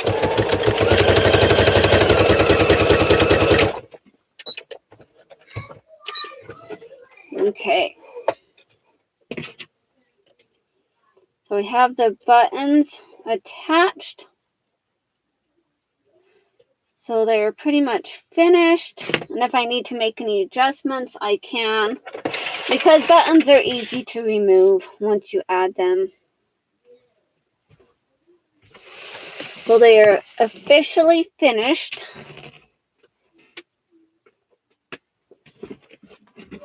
Okay. Move you up so you can see. They are officially finished. Woohoo! I love them. I think they're going to be a great addition to my wardrobe. I think they're awesome. And then here is the back. So if you notice here, I did put that going up out of the top instead of going out of the side that it does show on this back envelope here. Thank you, Ray. And I think the added doily from Joni is just the ticket.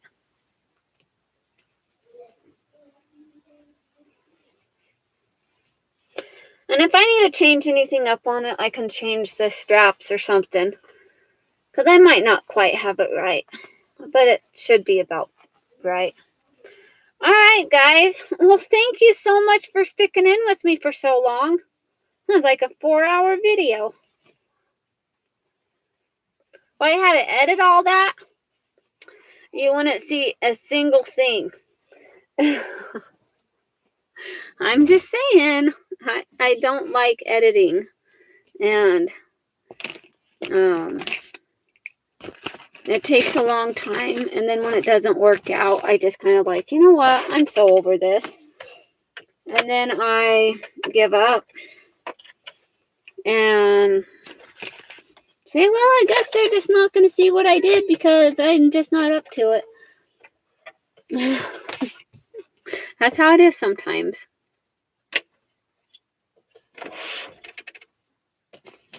Yep. Have fun with art. Thank you guys so much for watching. I appreciate you all.